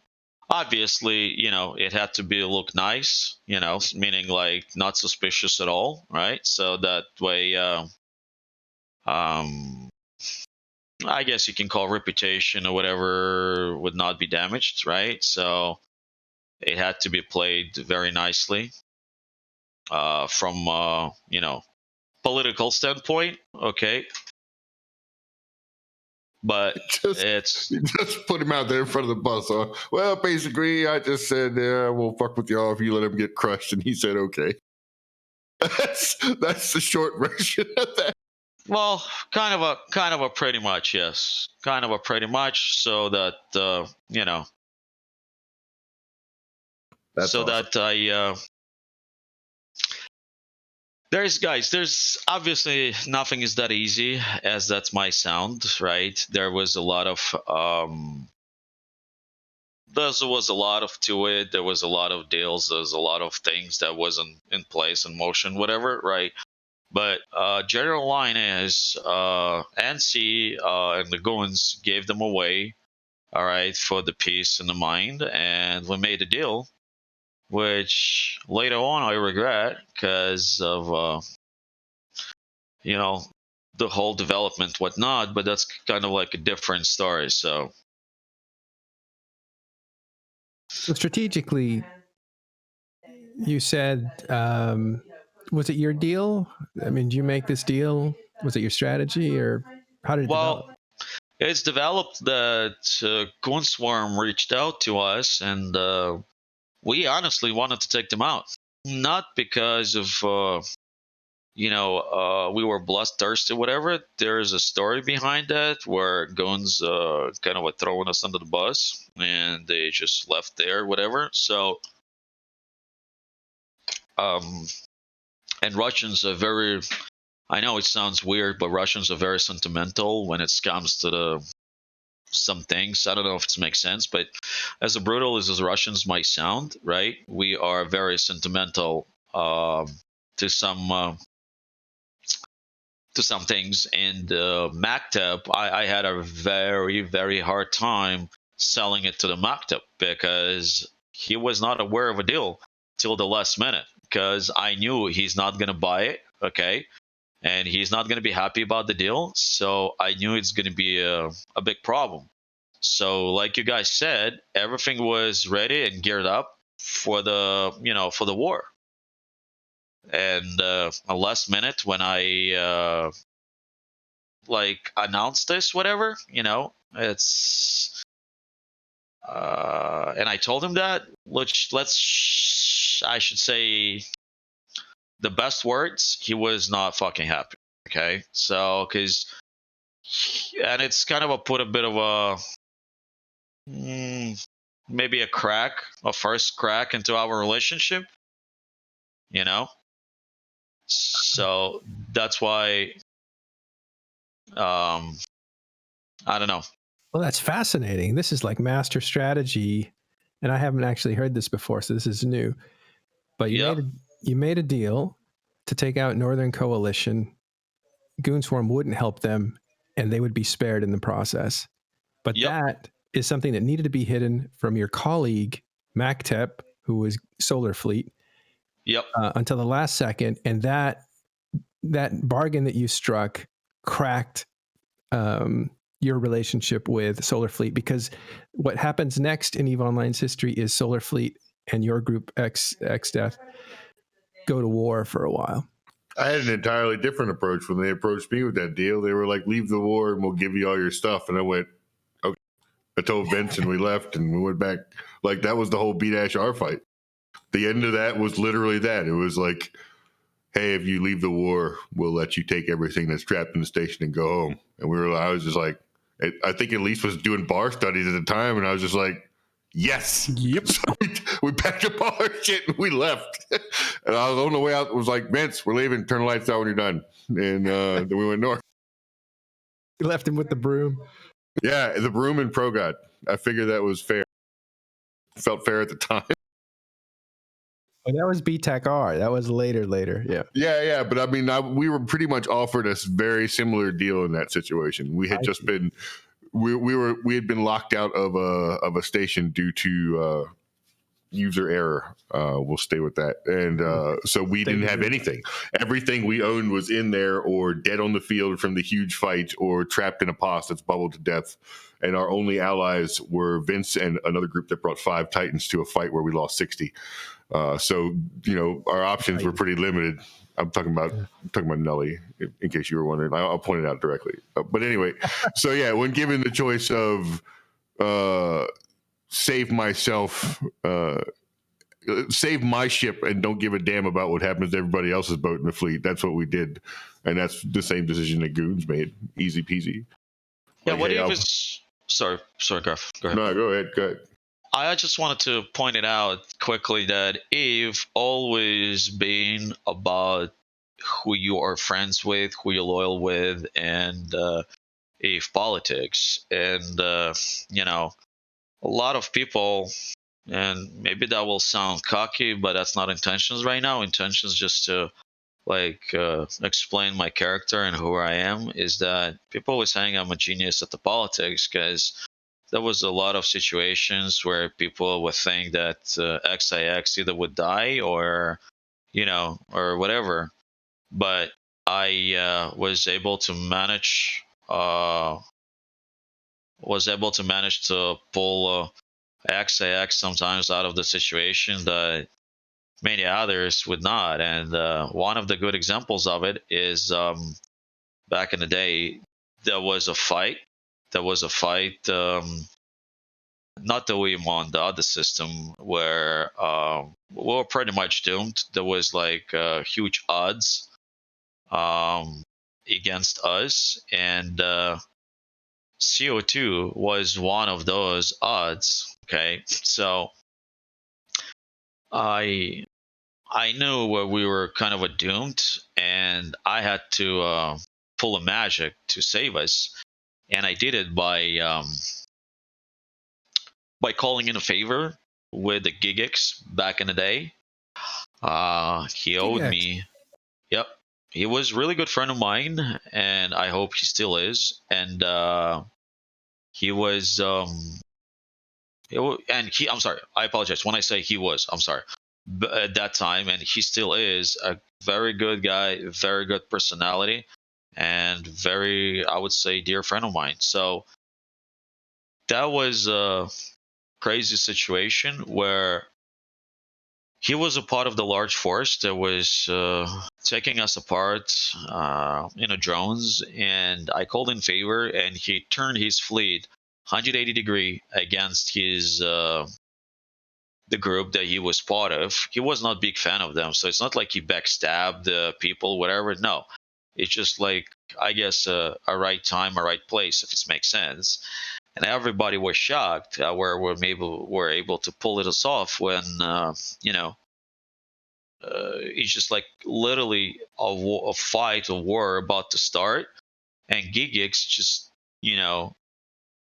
I don't remember, but he had a huge fleet, like 600 or 700 men, and he just like, you turn around, I Switch saved the sides. day.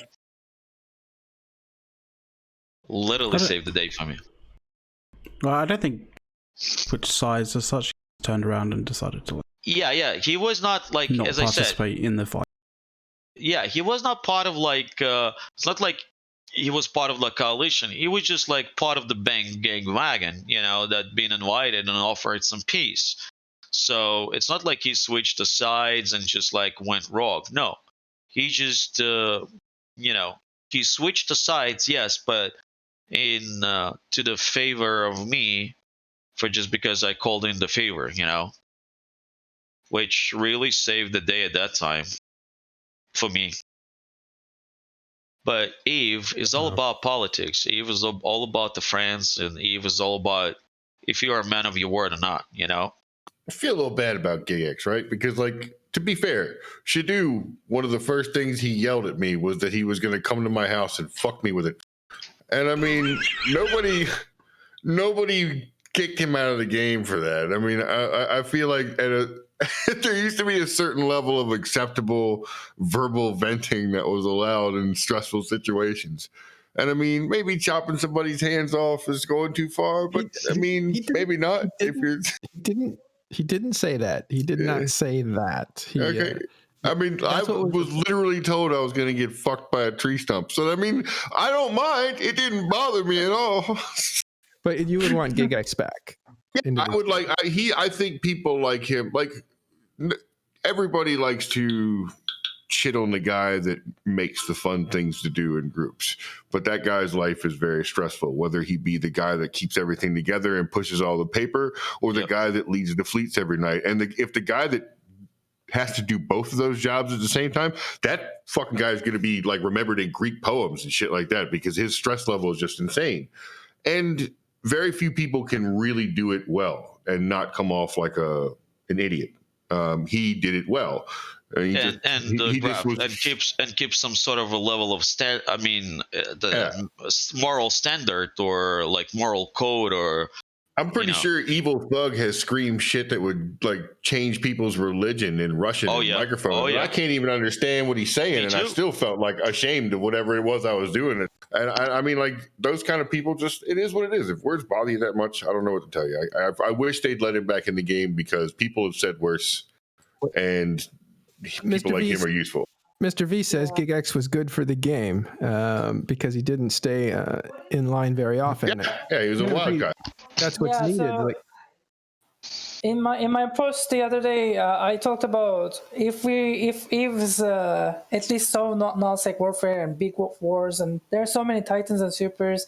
If these things are gonna fight, it's gonna take decision makers who is able to say, fuck it, I'm going to gamble my Super Cap umbrella and just drop on, like, take a fight with 500 Titans of mine against 500 Titans of the other side, right? And then Gigix always felt like someone like that, someone who could actually do that, and a good content creator. Whereas right now, the people in charge are not that way.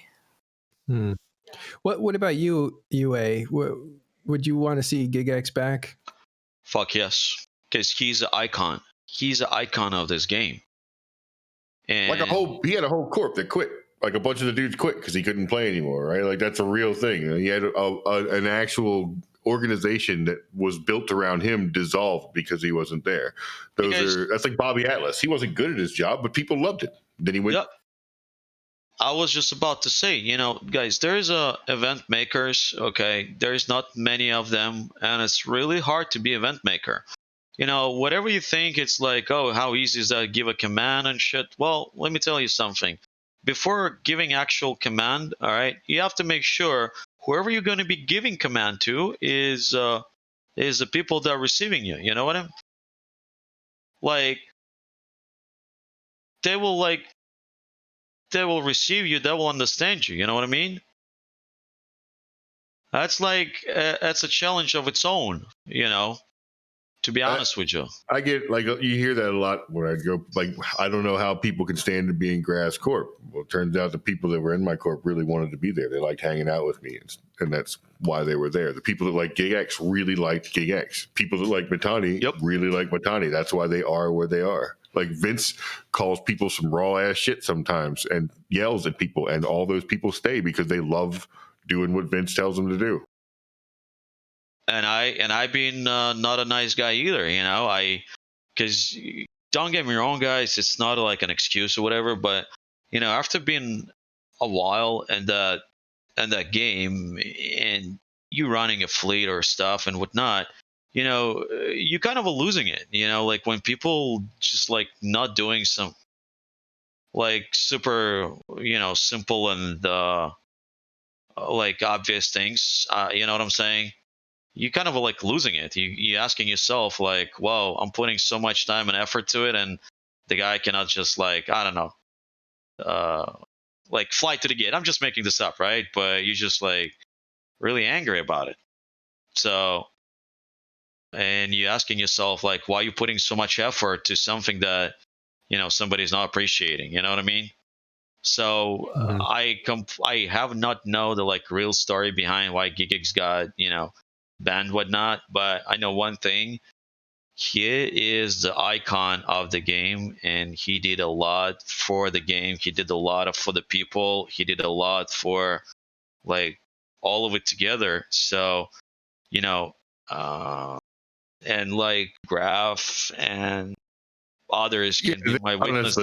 There's other people said and done much more worse things that Gigix even remotely could. Okay. Me. Like I said, mean shit to people, like me. There's recordings of it. It was a cutoff issue, so there was a cutoff in which stricter rules applied. It's after some time, at some point, and then he just happened to have done things that other people have done after the cutoff time. So now he gets permabanned, and we have all these other people in the game, including Mittani, who did equally bad things, but they're in the game because they did it before the cutoff point. Yeah, I think we're kind of alluded to this in the beginning. Like Eve does feel like it has grown up substantially since like we've all started, and I think Gigix was just in that unfortunate era where people were kind of growing up and acting a little bit differently, and he was still I don't want to say stuck in the past, because I will agree that every alliance leader has said some gnarly stuff to other people. They just wasn't captured on Twitch. Anyone remember Twinkie69? Elise's was captured on a stream or on a recording. I'm always jolly. Don't look up anything else. No. Miragod's cousin jumped when he wasn't supposed to be. I hate you. I hate you. I hate you. I hate you. It's the most calm anger you've ever heard in your entire. if you saw me giggling a couple minutes ago, it's because when Grath had mentioned the thing about Shadoo, I remember that in my old like folder of Eve stuff that I bring from hard drive to hard drive, I back up for some weird nostalgia. There was a Shadoo soundboard that was made by a guy named UAx, which is another story altogether. But if you've been UAx, it's not an acronym. It's because there was a guy that did it. His name was UAx. Where Shadoo was yelling at Gobbins, who was an FC at the time, and it's just a really funny like little interaction. And you're talking about Gobbins, who turned out to be, or who like grew into being like the leader of one of the bigger alliances in the game, right? Pandemic Horde. So it's kind of funny to hear how they interacted in like 2007. I want to hear that. It's Gobbins good. had a bit of a good soundboard, by the way. He had a bit of a reputation, right? Like he admitted to me that he was a little bit edgier than he is now. I think as we were collectively younger, especially on the internet, we kind of lost composure, or at least Eve players in general lost composure a lot quicker. Well, your tired stakes are higher. And I don't know if it's like society kind of getting better, or if it's just as we're maturing, we're realizing that things aren't nearly as important as we thought they were, right? So getting bent out of shape because someone didn't dick their bubble when you're 17, big deal. When you're 35, who gives a shit? Like, we'll do it again next time. It'll be fine. Yeah, I guess it's both. I think some of the things we talked earlier about, like doxing and that kind of stuff, being outmoded now, it's kind of a societal thing, an internet thing more than age. I think we just a bit derailed from like main topic, but just really briefly, everybody, you know, in every level and every point, you know, talks or do shit, you know, it's just nature of the, I guess, human being, I would say, right? So that's why I don't quite understand why sometimes people make such a big fucking drama llama out of it. You know what I mean?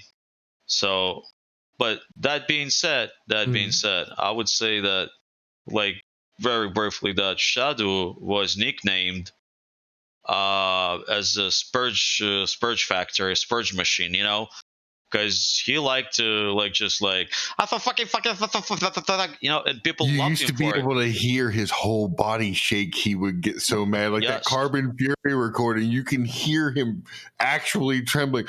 What do you mean? Do you see how far away they are? And you could, it's so good. Yep, and people loved him for it. So, you know, like you said, there's a people who loves Mitani, there's a people who loves me, there's a people who loves Gigs. There's always going to be different groups of different people. So banning or, you know, doing shit like this is just like, I don't know. For me, it's a super stupid, if you know what I mean. Yeah, but you would want to see him back in the game because he's the kind of player that. Hey, I will be honest with you. I would trade my spot for him. If CCP wants to blood and just, you know, make some kind of a fucking point to the point. Yeah, said some real mean shit in like 2009. I would trade my spot, honestly. Okay. I will let him ban me for him. Wow. But the other heck of an endorsement. The other thing about this is like, you know, as a person, you grow and you mature and you realize that, you know, back when you were younger, you may have said some shit that you kind of, you know, that you resent, not just because of the, you know, the result that what you said like occurred, but like, you know, you look back and you kind of go, I was a bit of a dick back then, you know. I mean, even if he really wanted to cut his hands off, by the time he drove all the way over there, he probably would have. He didn't say that. He didn't say that. But he didn't say it. He just implied it. But the thing is, people grow, people mature, No, he didn't. You know. Go back, read the transcript. He didn't say that. I don't know if it was implied. People implied it for him and broadcast it everywhere and turned it into a bigger deal. Still, CCP made their decision. They made this. Whatever. The point is, you guys, a couple of you would want to see GigX back. That's who we're talking about. And UA even said he would, so much so that he would trade his own ability to play the game get GigX back. I like me. Yeah, I would trade someone else. Yeah, for sure. Like I'd trade that. No, I'm just kidding. Right. No, All because like we just were saying, guys, I know for a fact Wook Lao, and it's if it's like what you're saying is it true that they ban him only because of that saying or whatever. Wook Lao used to say, I'll fuck your mother in and out and all kinds of stuff like that, and he was like Wook Lao, to my memory, one of those like how to say, like really angry people, you know what I mean? Like he meant what he was saying, you know what I mean? Like a lot of people, when they're just spurging, they're just like angry at the particular situation, not like at the person, right? Like, wasn't he like an angry Eastern European though? Like I think all those he was a guys are Serbian. just Yeah, he was a Serbian. I didn't want to say it and be wrong because then you sound like a racist American. So I just knew he was somewhere from the right side of Europe somewhere. I'm a racist because I'm fucking Russian, so it's okay. Russian. You're a New Yorker. You're in New York. Exactly. That's even worse. I agree. So that being said, there's a lot of other things that people said and actually done. Some of it. I know there's a lot of group that were fighting each other in a real life for the game. So if they ban Gigics for a saying, they have to ban half of fucking Eve. Yeah. Did somebody actually get their power cut off? Yes. That actually happened. There was a whole conversation about that used to circulate from time to time. Let's end on that story. Let me just little spice on it, spicy little spicy topic, and we can kind of continue on that later. Back in the day, I had to go to the FBI HQ over here in New York to be admitted almost into the kind of like witness protection program, because back in the day, one of the Russian oligarchs who got really mad that he got banned and all his accounts got banned. The aluminum guy. Me. Yep, aluminum guy. Yep, he blamed me, but in reality, it was Sean, my good friend from Goons. He started to work for CCP as a internal affairs guy. He banned him for just buying those characters from Rage and Terror for real money, which he never been hiding, and he was just like publicly, openly saying that. But he threatened my life for real, and there was, to my knowledge, a couple of killers, that were possibly might go to the, America and deal with me to that point, because he being so fucking angry, guys, that he flew to the Iceland on his private jet, grabbed the consulate of Russia in Iceland, and barged into the CCP headquarters and said, "You fuckers, how much for your fucking ass company?" Oh my God. He was dead. He was that angry and he was that mad that he come to the Hilmer himself and said, "Listen, if you don't want to have international conflict, I'm gonna buy your fucking company." Yeah, he spent an absurd amount of money on this game for sure. Yep. There were a whole bunch of people on his actual payroll.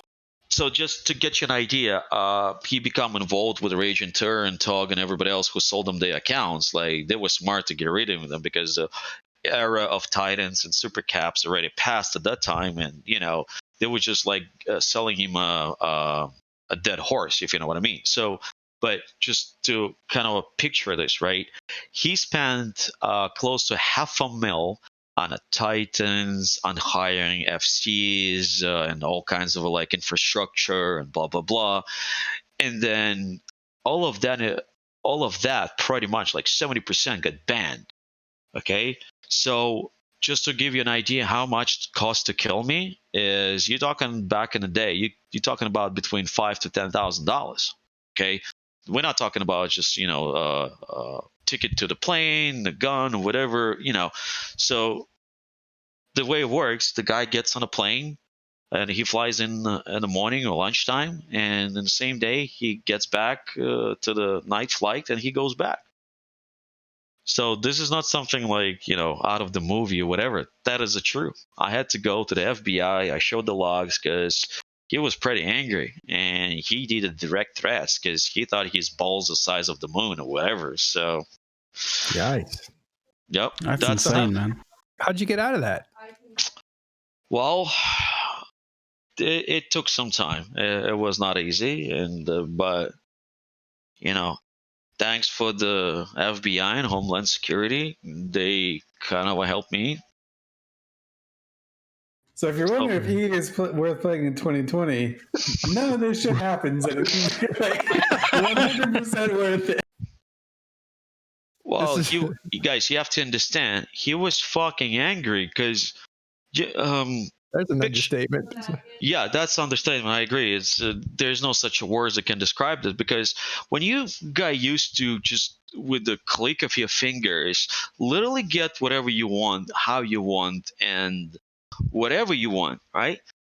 Just imagine this for a second. The guy hops into the private jet, grabs the fucking guy who runs the consulate of Russia in Iceland, okay, and goes into the CCP HQ, right, and opens his checkbook and tells the Hilmar, "Fuck you! I want to buy your piece of shit company." Okay, there was no question of the price. It was just question of to sell, not to sell. And Hilmar telling him to get the fuck out before he calls the police. Yeah, I feel like that's a bad way to approach the Vikings. You probably just don't but Grath, that was not the point of right or bad. The guy thought he's that ballsy, So now he's been told fuck off by the game itself because his account's been banned. His all infrastructure is banned, so he have to put another $500,000, and now he also been watched by CCP. Then he flew into the Iceland being told to fuck off by the Hilmar himself. And who is the person to blame? The fucking Russian in a fucking New York. You see what I'm saying? So I was that universe of his anger. Yikes. I will say, speaking of Hilmar, there was an interview with Hilmar, CCP Convict, and actually myself, I was invited. Yeah. On CCP stream on Wednesday. It was very, very cool. I was very honored to be there. So you guys should check that out. It was a very, I don't know, I don't think there's the one where you talk about contracts, right? Yeah. I don't think there's any other game where like the CEO of the game will sit down and just chat about the game like for 2 hours and just have fun with it. So it's definitely worth a watch. I found a lot of things enlightening. I think a lot of other people did too. I know Carneros really liked it as well. Like he has like the business side of it. So as like a game marketing type person, he was like, Hilmar said exactly what I'd want to hear. From a player, he said great stuff that I loved hearing. But you guys should check it out. I don't know where it is. I know it's on the CCP Twitch channel, but yeah, there was a bit in it actually. There was a bit in it where Hilmar was actually talking about how the company and EVE Online kind of has brought him situations that he never thought he would ever be in, kind of thing. And one of them, which kind of it kind of made me wonder, to be fair, was when he actually said, he's been contacted by consulates of, foreign countries before. And I always kind of wondered to myself, like, when did that happen? What kind of situation would occur for that to happen? Now we know. All right. That's why I said, guys, I know a lot of things about this game and in and out. Plus a whole section of the game is really hard for us to cover because it's Russian. It's in a different language and a different culture, and it's a whole different part of EVE that's been here since the beginning and been an important part of the entire landscape on Tranquility. So it's neat to have some insight into that world and some of the stuff that happened between players there. Well, I'm at your disposal. Thank you. All right. We are way past, but we had to let it go because story time is so good. We'll do more of this, actually. Maybe we'll do an actual just story time, hour with certain players, 2 hours, whatever it takes. But let's go through and finish up real quick with some news. Let's just read through this stuff. At least you want to read through that, or should I? I'll do a little bit. I know people have probably been having DDoS on the mind for the last week. I believe, and I don't know for sure, but I was reading on Reddit, some like tech guys, like InfoSec guys, kind of figured out that CCP was like exploring other options with their DDoS mitigation partners. And I personally had like no drops or anything the last few days, but that doesn't mean everyone else isn't. I drop constantly. Oh, well, there you go. Maybe that's for other reasons. Maybe it's personal. Yeah. They hate me. Plex for Good is still going on for COVID-19. You can actually, if you didn't catch the dev blog that came out on Wednesday, you can now indicate where you want your donation to go, either to Johns Hopkins or the World Health Organization. So you can choose whichever one you want that way, which is pretty cool of CCP. They kind of listen to a lot of players wanting to be able to change where they were donating to. So far, it's been the most profitable Plex for Good charity, or I guess most successful is probably a better word to describe it. Over $100,000 raised. So good job, CCP guys. The deadline, and this is breaking, the deadline to apply for CSM15 has been extended, I believe, to Wednesday. 2 days. I should probably make sure of that. So it used to be Monday the 11th, now it's Wednesday the 13th. Should I try to run for CSM? After today, yeah. Yeah, sure. Let's see. The Eve Portal app also came out on Wednesday. It's like a little thing where you can change and modify, add, and mess with Plex orders in the Jita 4.4 market from your phone or mobile device, which has really nifty implications because it means that we can do that for other things as well. Part of my dream has been able to fit a ship for myself and buy a ship and fit it from the market while I'm on like the train coming home from work. Yeah, so just waiting. Yeah, that's great. So, I mean, maybe that is on the cards. I don't know. I'm not going to promise that. I'm obviously not able to, but the technology is there. We can rebuild it. I asked for it. They asked us what we have, what's some of the best uses of the app, and that was one of the requests. Just fit up the whole fleet while you're in your car on the way home at a stoplight somewhere, and just multi-fit everything. Just be done with it. Get home, hand spaceships out, blow stuff up. We'll see. That's the Eve Portal 2 app. You can find it at the App Store, the whatever the other phone is. You also did you had a bit of a part of it on one of your. Sorry. Well. Yeah, we demonstrated it. I accidentally bought some Plex, which was not intentional. Yeah, it was an oops. I thought they would be a confirmation or something, but anyway, why not? Your wallet went down. That was the confirmation. Yeah, right. That was the confirmation. Money left account confirmation. There was also skills descriptions have entered that app as well, so you can have a better idea of the skills, not just the name, but the description of what it does. Cool app. Check it out. Download it. Put it on your phone. Another thing that happened is Forsaken Fortress was announced a week ago. That's coming on the 26th. So mark your calendars, because that brings in the abandonment state to structures, which makes them easy to kill, and they drop loot. So the first structures you will see that are abandoned will hit June 2nd, 7 days after the 26th when it comes in. And because of that, we saw Fraternity had a State of the Alliance message, which was very similar, I think, to other alliances. And that is, pick up your dead structures. No abandoned structures out there, please. So they're all in the process of wrapping them up. You might see a glut in the market for structures because they're probably selling off the spares that were just sitting in space doing nothing. Is that what you guys are doing in PL? Yeah, we're scooping up some structures that we didn't use before, and I've got two personal ones. One got transferred to me that I'm gonna have to figure out what to do with, like a long time ago, as a meme, and another one I set up just for some other reason as well that I'm gonna end up taking down. But as Alliance, we're taking down a lot of old ones, which is good because I don't realize how many assets I have sprinkled all over Eve that I forget to asset safety from time to time. So I actually went through when Forsaken Fortress was announced.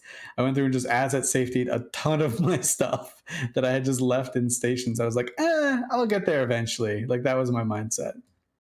Yeah. But you're now going to suffer. The wallet is going to hurt. I did the same thing, and it is painful when you got to go cash it all out. You're like, what's in this can? Oh, 10 billion.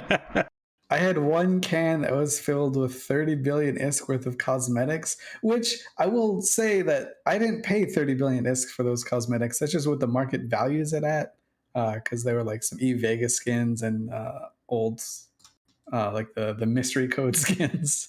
So that was a fun open. all of the money that you made from it appreciating has just been sucked up. Absolutely. Well, so get that taken care of before that kicks in. I think that's all the news.